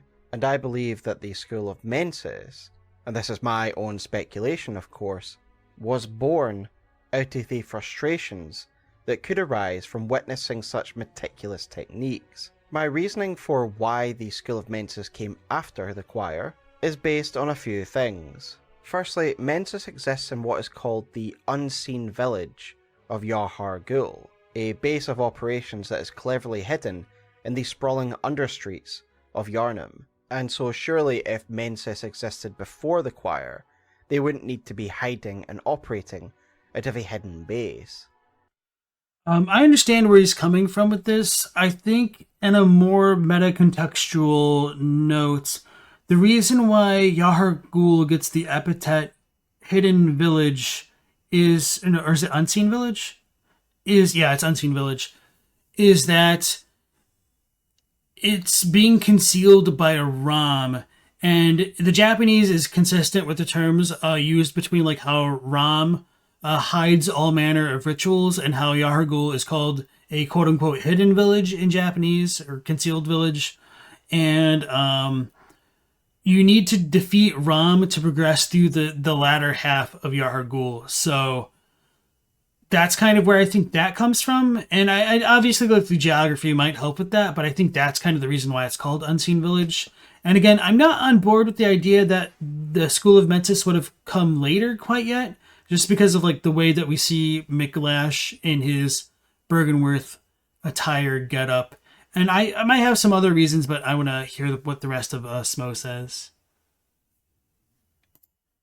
To me, it indicates that Mensis started as a small cabal that opposed the choir, and initially needed to hide their operations from their more powerful rivals. There would be no reason for their base to have been hidden had they been the main power in the church prior to the choir being formed. Secondly, we meet a couple of Mensis characters, mainly Mikolash and Damien. Damien, of course, being a summonable Mensis character. Both of these School of Mensis members are able to use the choir's signature powers, the Augur of Ebertas and the Call Beyond. And again, while the School of Mensis' methodology greatly differ from the choir, Mikolash is still heard talking about lining one's mind with eyes, i.e. the ascension of the mind, as well as generally talking about the cosmos as well. A grand lake of mud, hidden now from sight. The cosmos, of course. Let us sit about and speak feverishly, chatting into the wee hours of new ideas of the higher plane. And so this is my own complete speculation, but I believe that Mensis... I should have been faster with my pause to go, ooh, oh, woo. I should probably not do that with the dog sleeping. Wake them up. Anyway, let's back up a little bit. New ideas of the higher plane. And so this is my own complete speculation, but I believe that Mensis was partially formed of choir members, who have the same aims, and they would do if they had been part of the choir, but grew frustrated with the restrained and methodical techniques of the choir. Even the Mensis cage still seems to be a device for making contact. This is the cage that Mikolash and other members of Mensis wear on their heads, and it reads as follows. This cage is a device that restrains the will of self, allowing one to see the profane world for what it is. It also serves as an antenna that facilitates contact with the Great Ones of the Dream. This again makes me think that there are so much similarities between Mensis and the Choir, that Mensis must have formed out of the Choir. There is talk of making contact, the cosmos. Alright, I get where Smoughtown's coming from. However, I think the biggest difference between the Choir and the School of Mensis is the School of Mensis is focused on nightmares, and the Choir is focused on phantasms in an indirect way, because phantasms are what's connected to Abritus and the cosmos and the kin of the cosmos. And I might go into more detail about that as we progress towards the very end of this here. And lining one's brain with eyes. Of course, the Choir techniques that the Mensis members use could have just been taken from the Choir themselves forcibly, as we do of course see a Choir member in a cage who's clearly been killed and interrogated by members of Mensis. But yes, I ultimately see Mensis as having the same goals. They want to make... I'm surprised they didn't have the footage of that. I think I have a picture of it, because that was obviously like Mikolash's corpse. Let's type in Choir. Oh man, this is not a good angle. Oh, okay, this is decent enough. You can kind of see like the Choir set on it.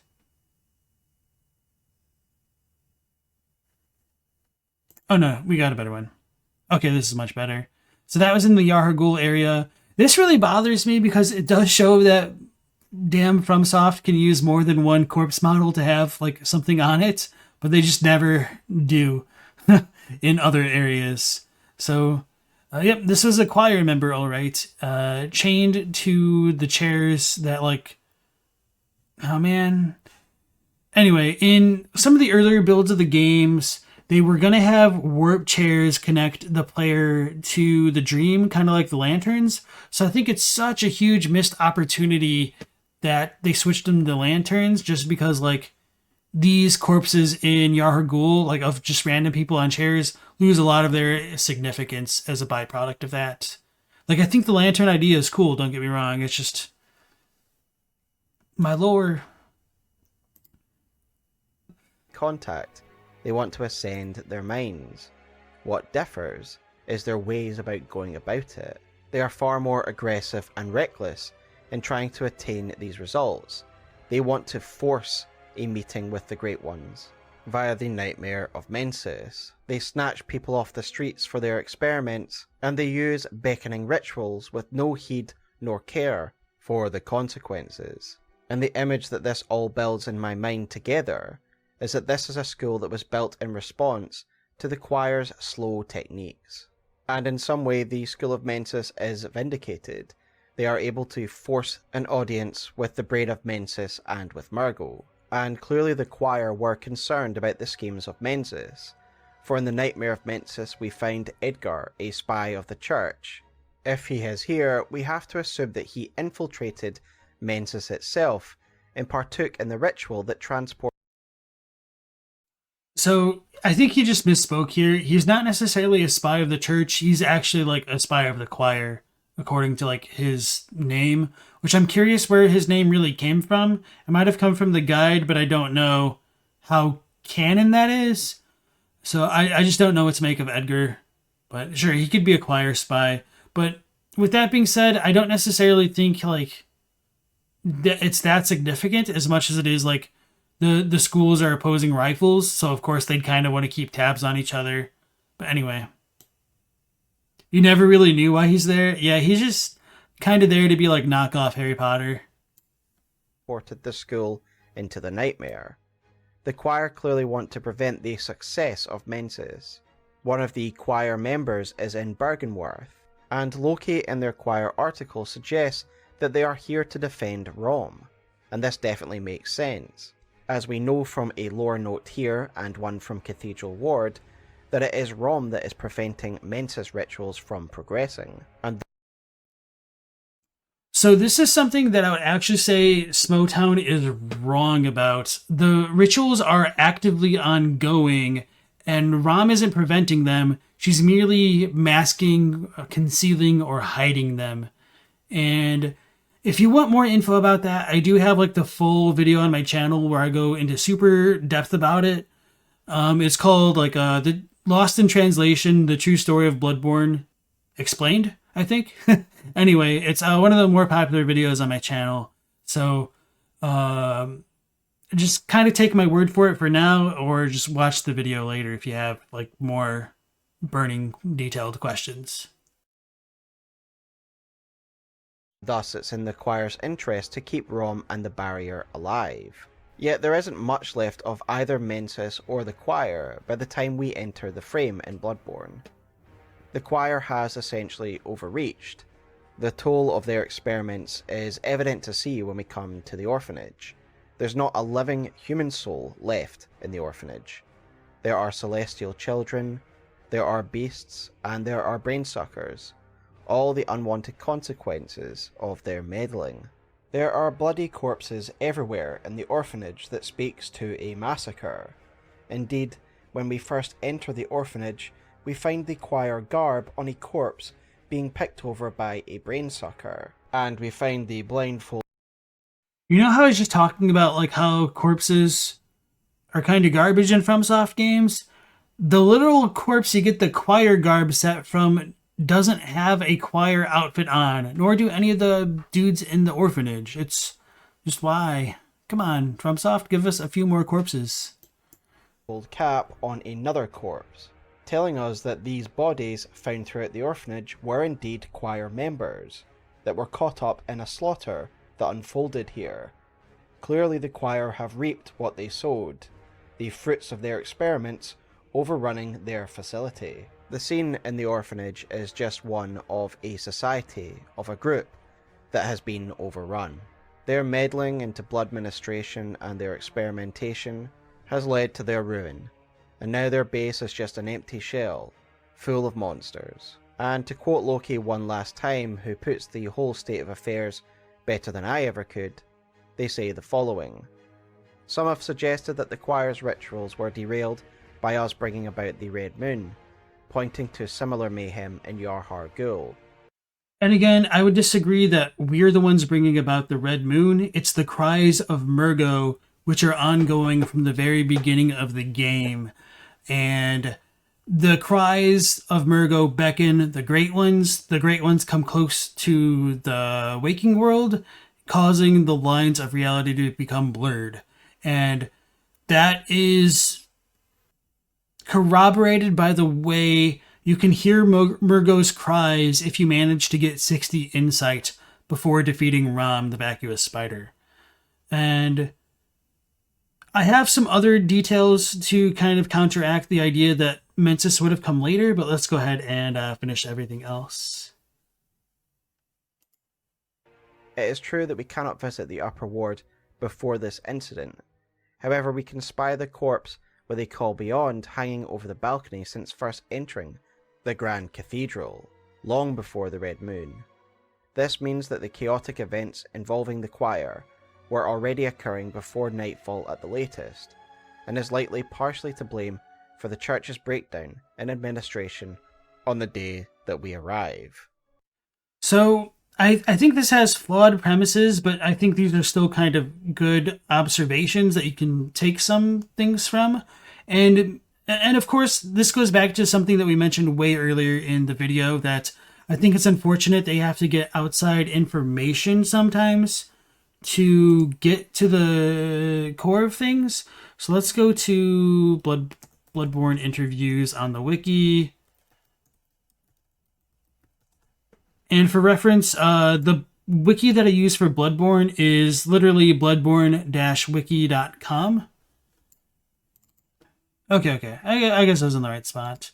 So this info comes from outside of the game, but the interviewer's talking about Miyazaki's design of the game, and he says like they don't understand what paleblood is. So Some of the truths are rarely revealed in the game. Ha ha ha, right? Well, there's enough room left open for people to let their imaginations run wild. In this game, the hero is motivated to set off following a hastily written note telling you to seek pale blood to transcend the hunt. The term pale blood is hardly used at all afterwards, though. So Miyazaki says, right? I had considered making that a little easier to understand, but we wound up going with that. I think there are two different ways you could interpret pale blood here. One is the color of the sky after you defeat the vacuous spider and the Mensis secret ritual is revealed. The sky there is a very pale blue, like a body drained of blood. I think there's also a message placed in Yarhagul Unseen Village that calls back to that. This is before the ritual is revealed, so when you're kidnapped and go to Yarhagul, you don't know what it could mean yet. Then after the ritual, you could look at it again and it'll dawn on you. That was my intention anyway, but I have to admit, that's probably a bit tough to pick up on. LOL. But either way, this leads to the interpretation that Seek Pale Blood refers to uncovering the ritual and putting a stop to it. So this is kind of what tipped me off to what the note in Yarhagul says. The one he's talking about is, I think I have a good picture of it. Behold. So, okay, this is the one after the ritual is revealed. Behold, a pale blood sky. This is the actual real pale blood sky. It has the red moon. I guess this is light blue. Who knows? There's supposed to be a body drained of blood. Paled blood. That's kind of a reference in these games. Like the idea of something being drained makes it pale. This shows up in Dark Souls 1 and 3 with the Covenant items with like the ear and the tongue. That they're the pale tongues, I think. And... pale ears? No, not pale ears. But anyway, they've been drained of blood the same way that it's used to describe pale here, like aozame, which means like to pale something, to make something become pale. So paled blood is what it's saying. But the issue is, pale blood is also what the moon presence is called. So by saying this is a pale blood sky, in Japanese, it might be meaning, behold, it is pale blood sky. So going back to the actual notes, the first time you can come to Yarhagul, you can come in the sunset stage of the game before fighting Vicar Amelia, and the sky is just orange sunset. However, after you defeat Amelia, the sky is dark and the moon is out. But wait, is it still a pale blood sky now? Was it a pale blood sky earlier? Yes and yes. I think Miyazaki's explanation is it's always been a pale blood sky, but Ram has been concealing it.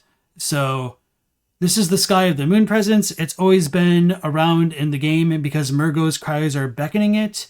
And Murgo. Let's see if I have the notes. Okay, no. This note is unfortunate. It says, nightmarish rituals crave a newborn, find one and silence its harrowing cry. Whereas, I don't know if this is what I need. Okay. So that's supposed to be a reference to a nightmare newborn, not just a random newborn. And you need to stop the nightmare newborn's cries, which ties into the description of the moon rune in Japanese, which I talk about more in my video. The Mensis ritual must be stopped lest we all become beasts, because the skies and everything happening, people are becoming one, or the lines are blurred, whatever. I'm losing it. There's one other note. Anyway, after you defeat Ram, we get a note that says, the ritual secret is broken, seek the Nightmare Newborn. The Nightmare Newborn is Murgo, which ties into that other note we looked at a moment ago. The ritual secret is just really bad translation in my opinion. It's saying the concealment of the ritual has been broken. So the rituals are no longer, all manner of rituals are no longer being hidden by Ram. So once you come out of here, you can see the red moon for the first time directly. Spider hides all manner of rituals, certain reveal nothing, for true enlightenment need not be shared. Hey look, another translation thing. it's not that like the rituals are certain to reveal nothing. Let me think I have like a good comparison picture. Wait, will this do? Oh, wow, I had all this stuff like pulled up anyway. The spider conceals all rituals. They must not be exposed. The insightful truth is not something everyone needs to understand. So this is like a dev hint that if you have enough insight, you'll be able to understand the truth. That it's talking about the infant's crying voice being used to beckon the nightmare great ones, or great one. So the red moon is always present, but the fact that you can see a call beyond early enough does show that things have been going wrong before us killing Ram. I would agree with that, but just like not the... What's the word? Starts with a P. Pretenses? No. Premises. There we go. All right. Scowl Easy says, what's not explained is how Murgo's cries in a nightmare draw the moon closer to Yharnam, unless the moon presence is looking in the wrong place or the nightmare is metaphysically close by. Yeah, I agree with that, and I think it's also problematic that in the Nightmare of Mensis, the moon is white instead of red if the moon presence is being beckoned closer. It could be the whole issue of like Ram messing with things, like throwing off the moon presence. And so after we reveal it, the moon presence is on its way to go see Murgo. I do think there are issues with the lore. I'm not going to pretend like it's perfect, even though like a lot of it is really cool and does tie together very well. I would say that this stuff does not specifically. The subtle difference between pale and paled. And that's just like some grammatical stuff. Like there's no good choice the localizers could make with that. Paled blood, it just sounds super awkward. Not that pale blood sounds better, but I don't think they realized that pale blood was meant to be the name of something, because even the lecture hall note is wrong, and it's wrong because the Japanese was updated after they already came out with the English for things. Because earlier in development, the Japanese must have said that the moon presence was nameless, like literally nameless. So that's why the English says like the nameless moon presence beckoned by Lawrence and company.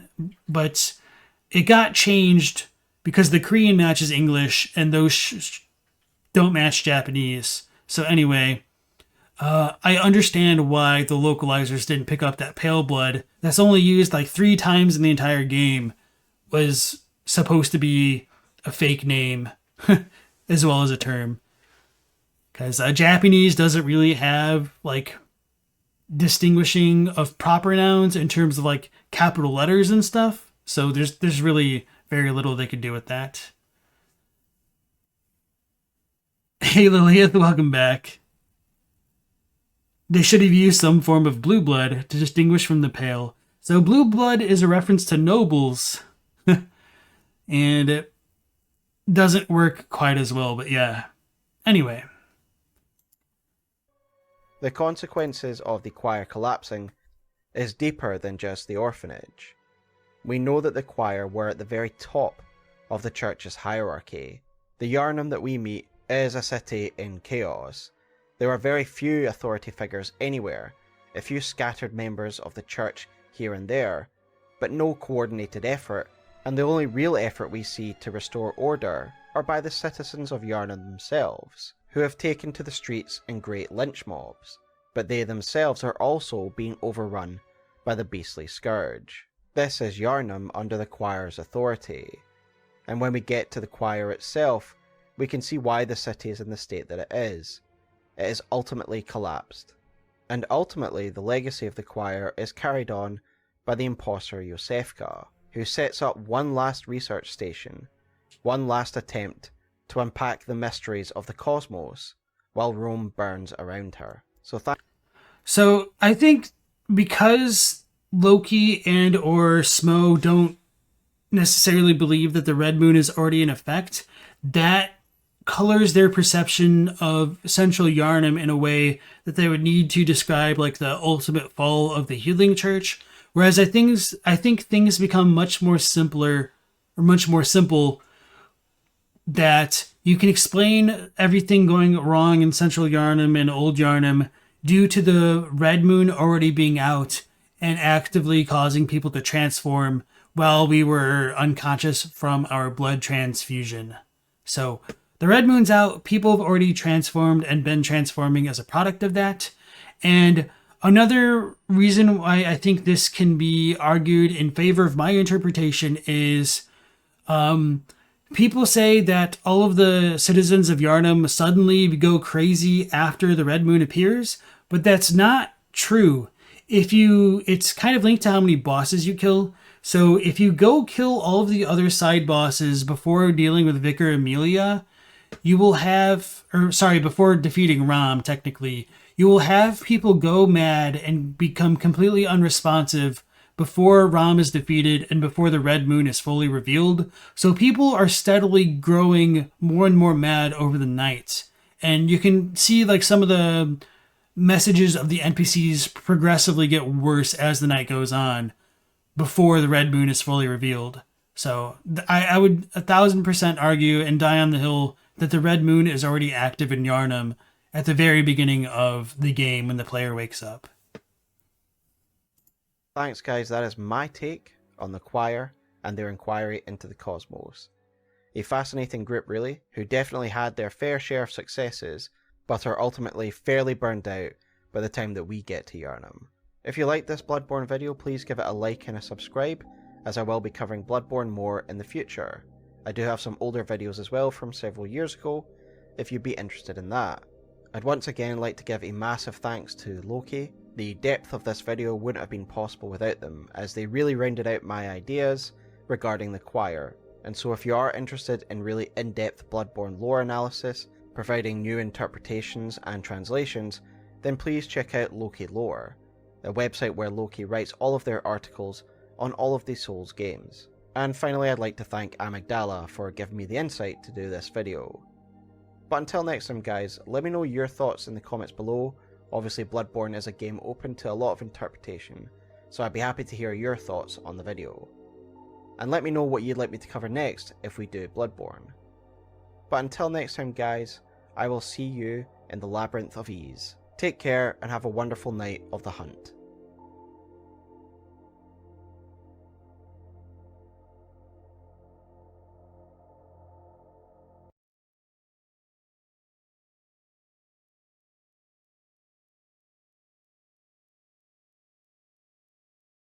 "11 minutes later." Oh no, I was silent this entire time. Alright, I'll probably edit this in post if I post it to the video. Anyway. Alright. So, Smough, this is a really good video. I enjoyed it quite a bit. There were some things that I wanted to mention before we closed out, but I can't remember what they were, so I would probably need to review my footage, to be honest. Anyway, let me look back at what I was looking at real quick. So I'd mentioned that I think there was one big thing to consider in terms of the School of Mensis being an earlier creation of the Healing Church than the choir, and one of that was because of the holy robes that they wear. So hopefully you guys saw me pointing out in my damn spreadsheets.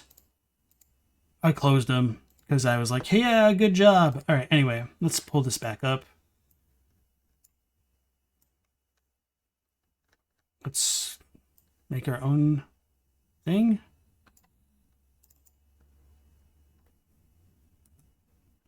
So where were we? The Yahar'gul garb, I think, looks different than the choir garb, and I think it's because it's from like an earlier era. So let's look at the choir set.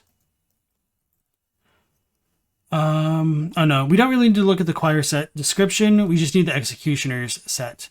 So the executioner garb says that it later became the basis for all church attire with its heavy draping of holy shawl, but this is kind of an issue with the English in that it can be misinterpreted by some people because later is a little bit unclear what it's supposed to be modifying. And so some people say it was the basis of all church attire, the executioner set was. But that's not how it should be interpreted, I would argue. It's supposed to be the basis of all later church attire, and the Japanese is more straightforward with it, because it's later church attire basis it is. So it's very straightforward. It is the basis of later church attire, and the holy cloth hangs abundantly, and this is kind of an awkward thing to translate directly, but thickly, I don't know. So when we look at the choir set, it hangs abundantly with its holy shawl, which I think was inspired by the executioners. So we do know that this came fairly late in the timeline because the orphanage had to be established and everything.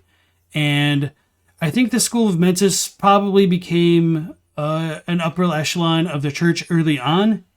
And the emergence of the choir is probably what split things, because Mikolash is wearing the Bergenworth student set, and the Yahar'gul garb doesn't say it directly in the descriptions, kind of like I thought they did.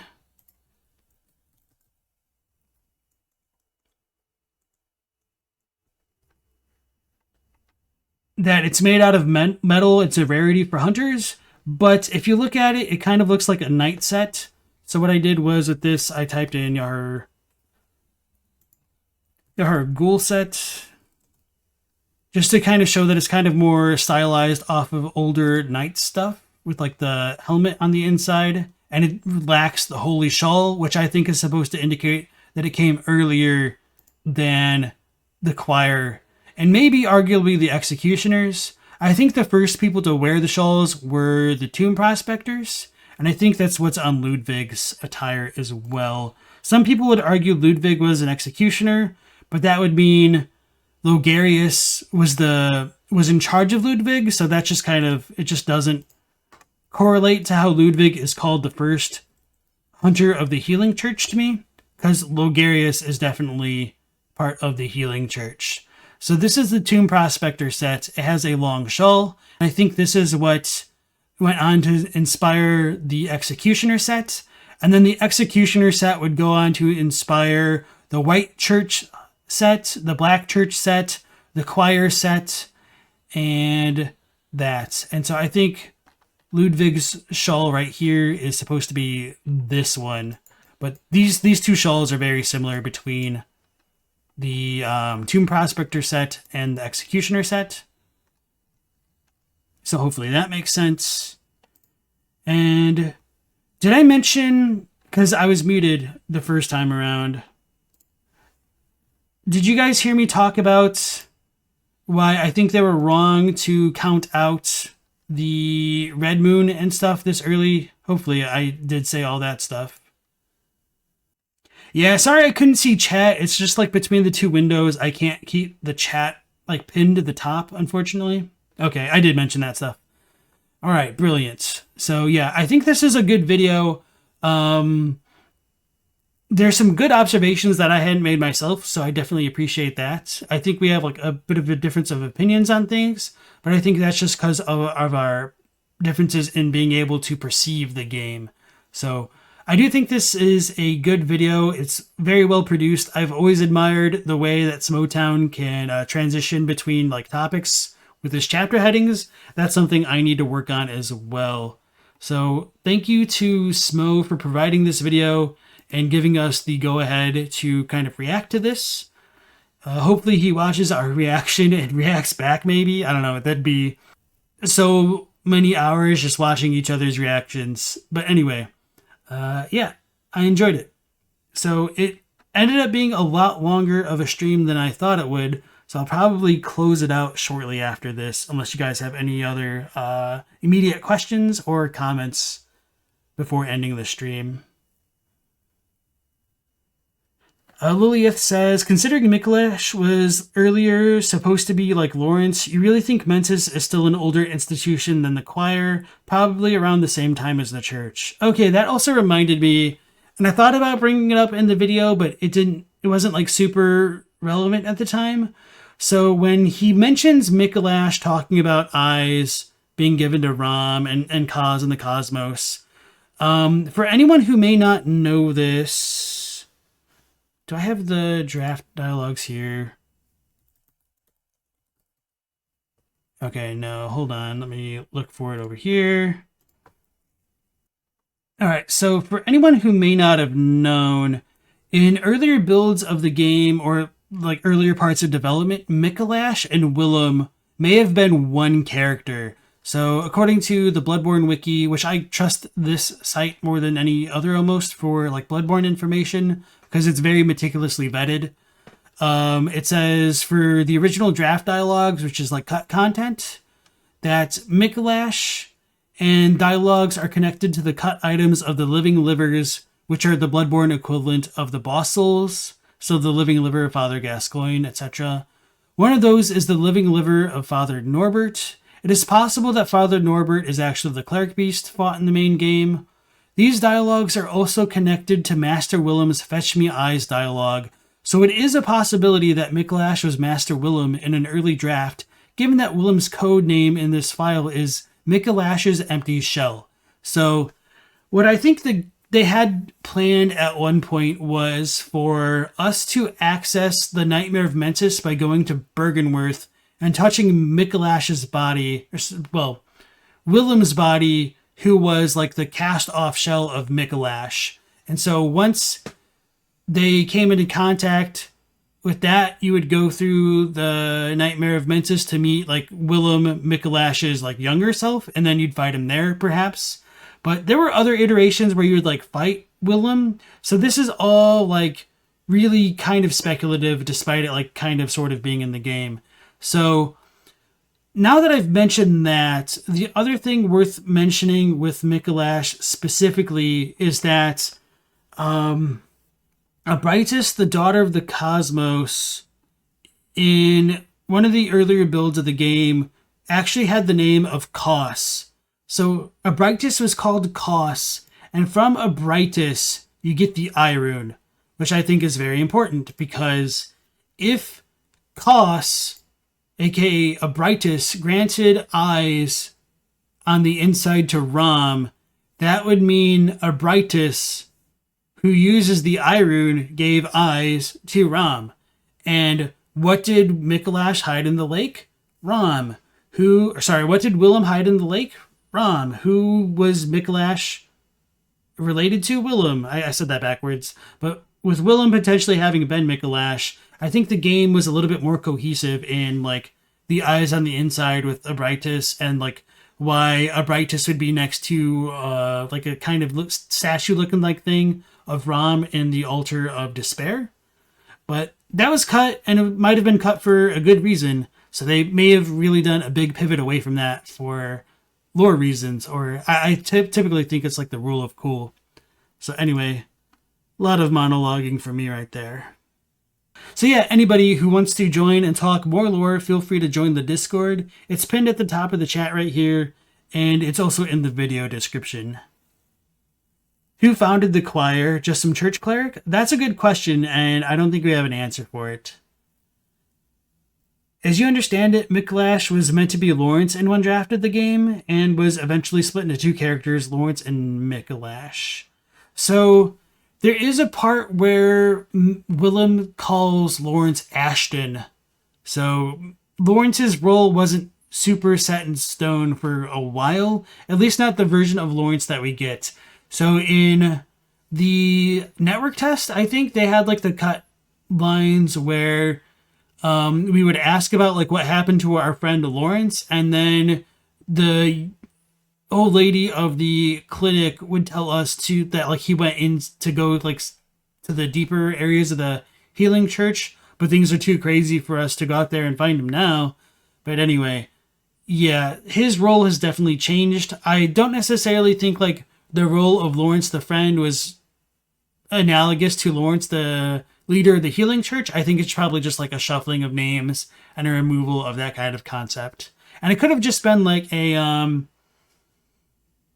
placeholder gimmick to just kind of drive on the MacGuffin of like, why is the story starting? That's crazy. The mystery is just so satisfying. Great stream, man. All right, thank you, Eric. And everybody else who's joined in, I appreciate it. All your comments and all the patience for watching this. And Smoughtown for having the video. Bob the Hollow for having the first video that we watched. Hopefully you guys are fine with this stuff and will allow me to continue doing this in the future. So that'll conclude things here from now. Hope you all have a good night, and I'll intend to go live again at 10 p.m. Eastern Standard Time today. So take care. That's it. So long. Sayonara. Let me find my end stream button. Oh no, I'm failing miserably. Oh, it's on this tab. LastProtagonist out.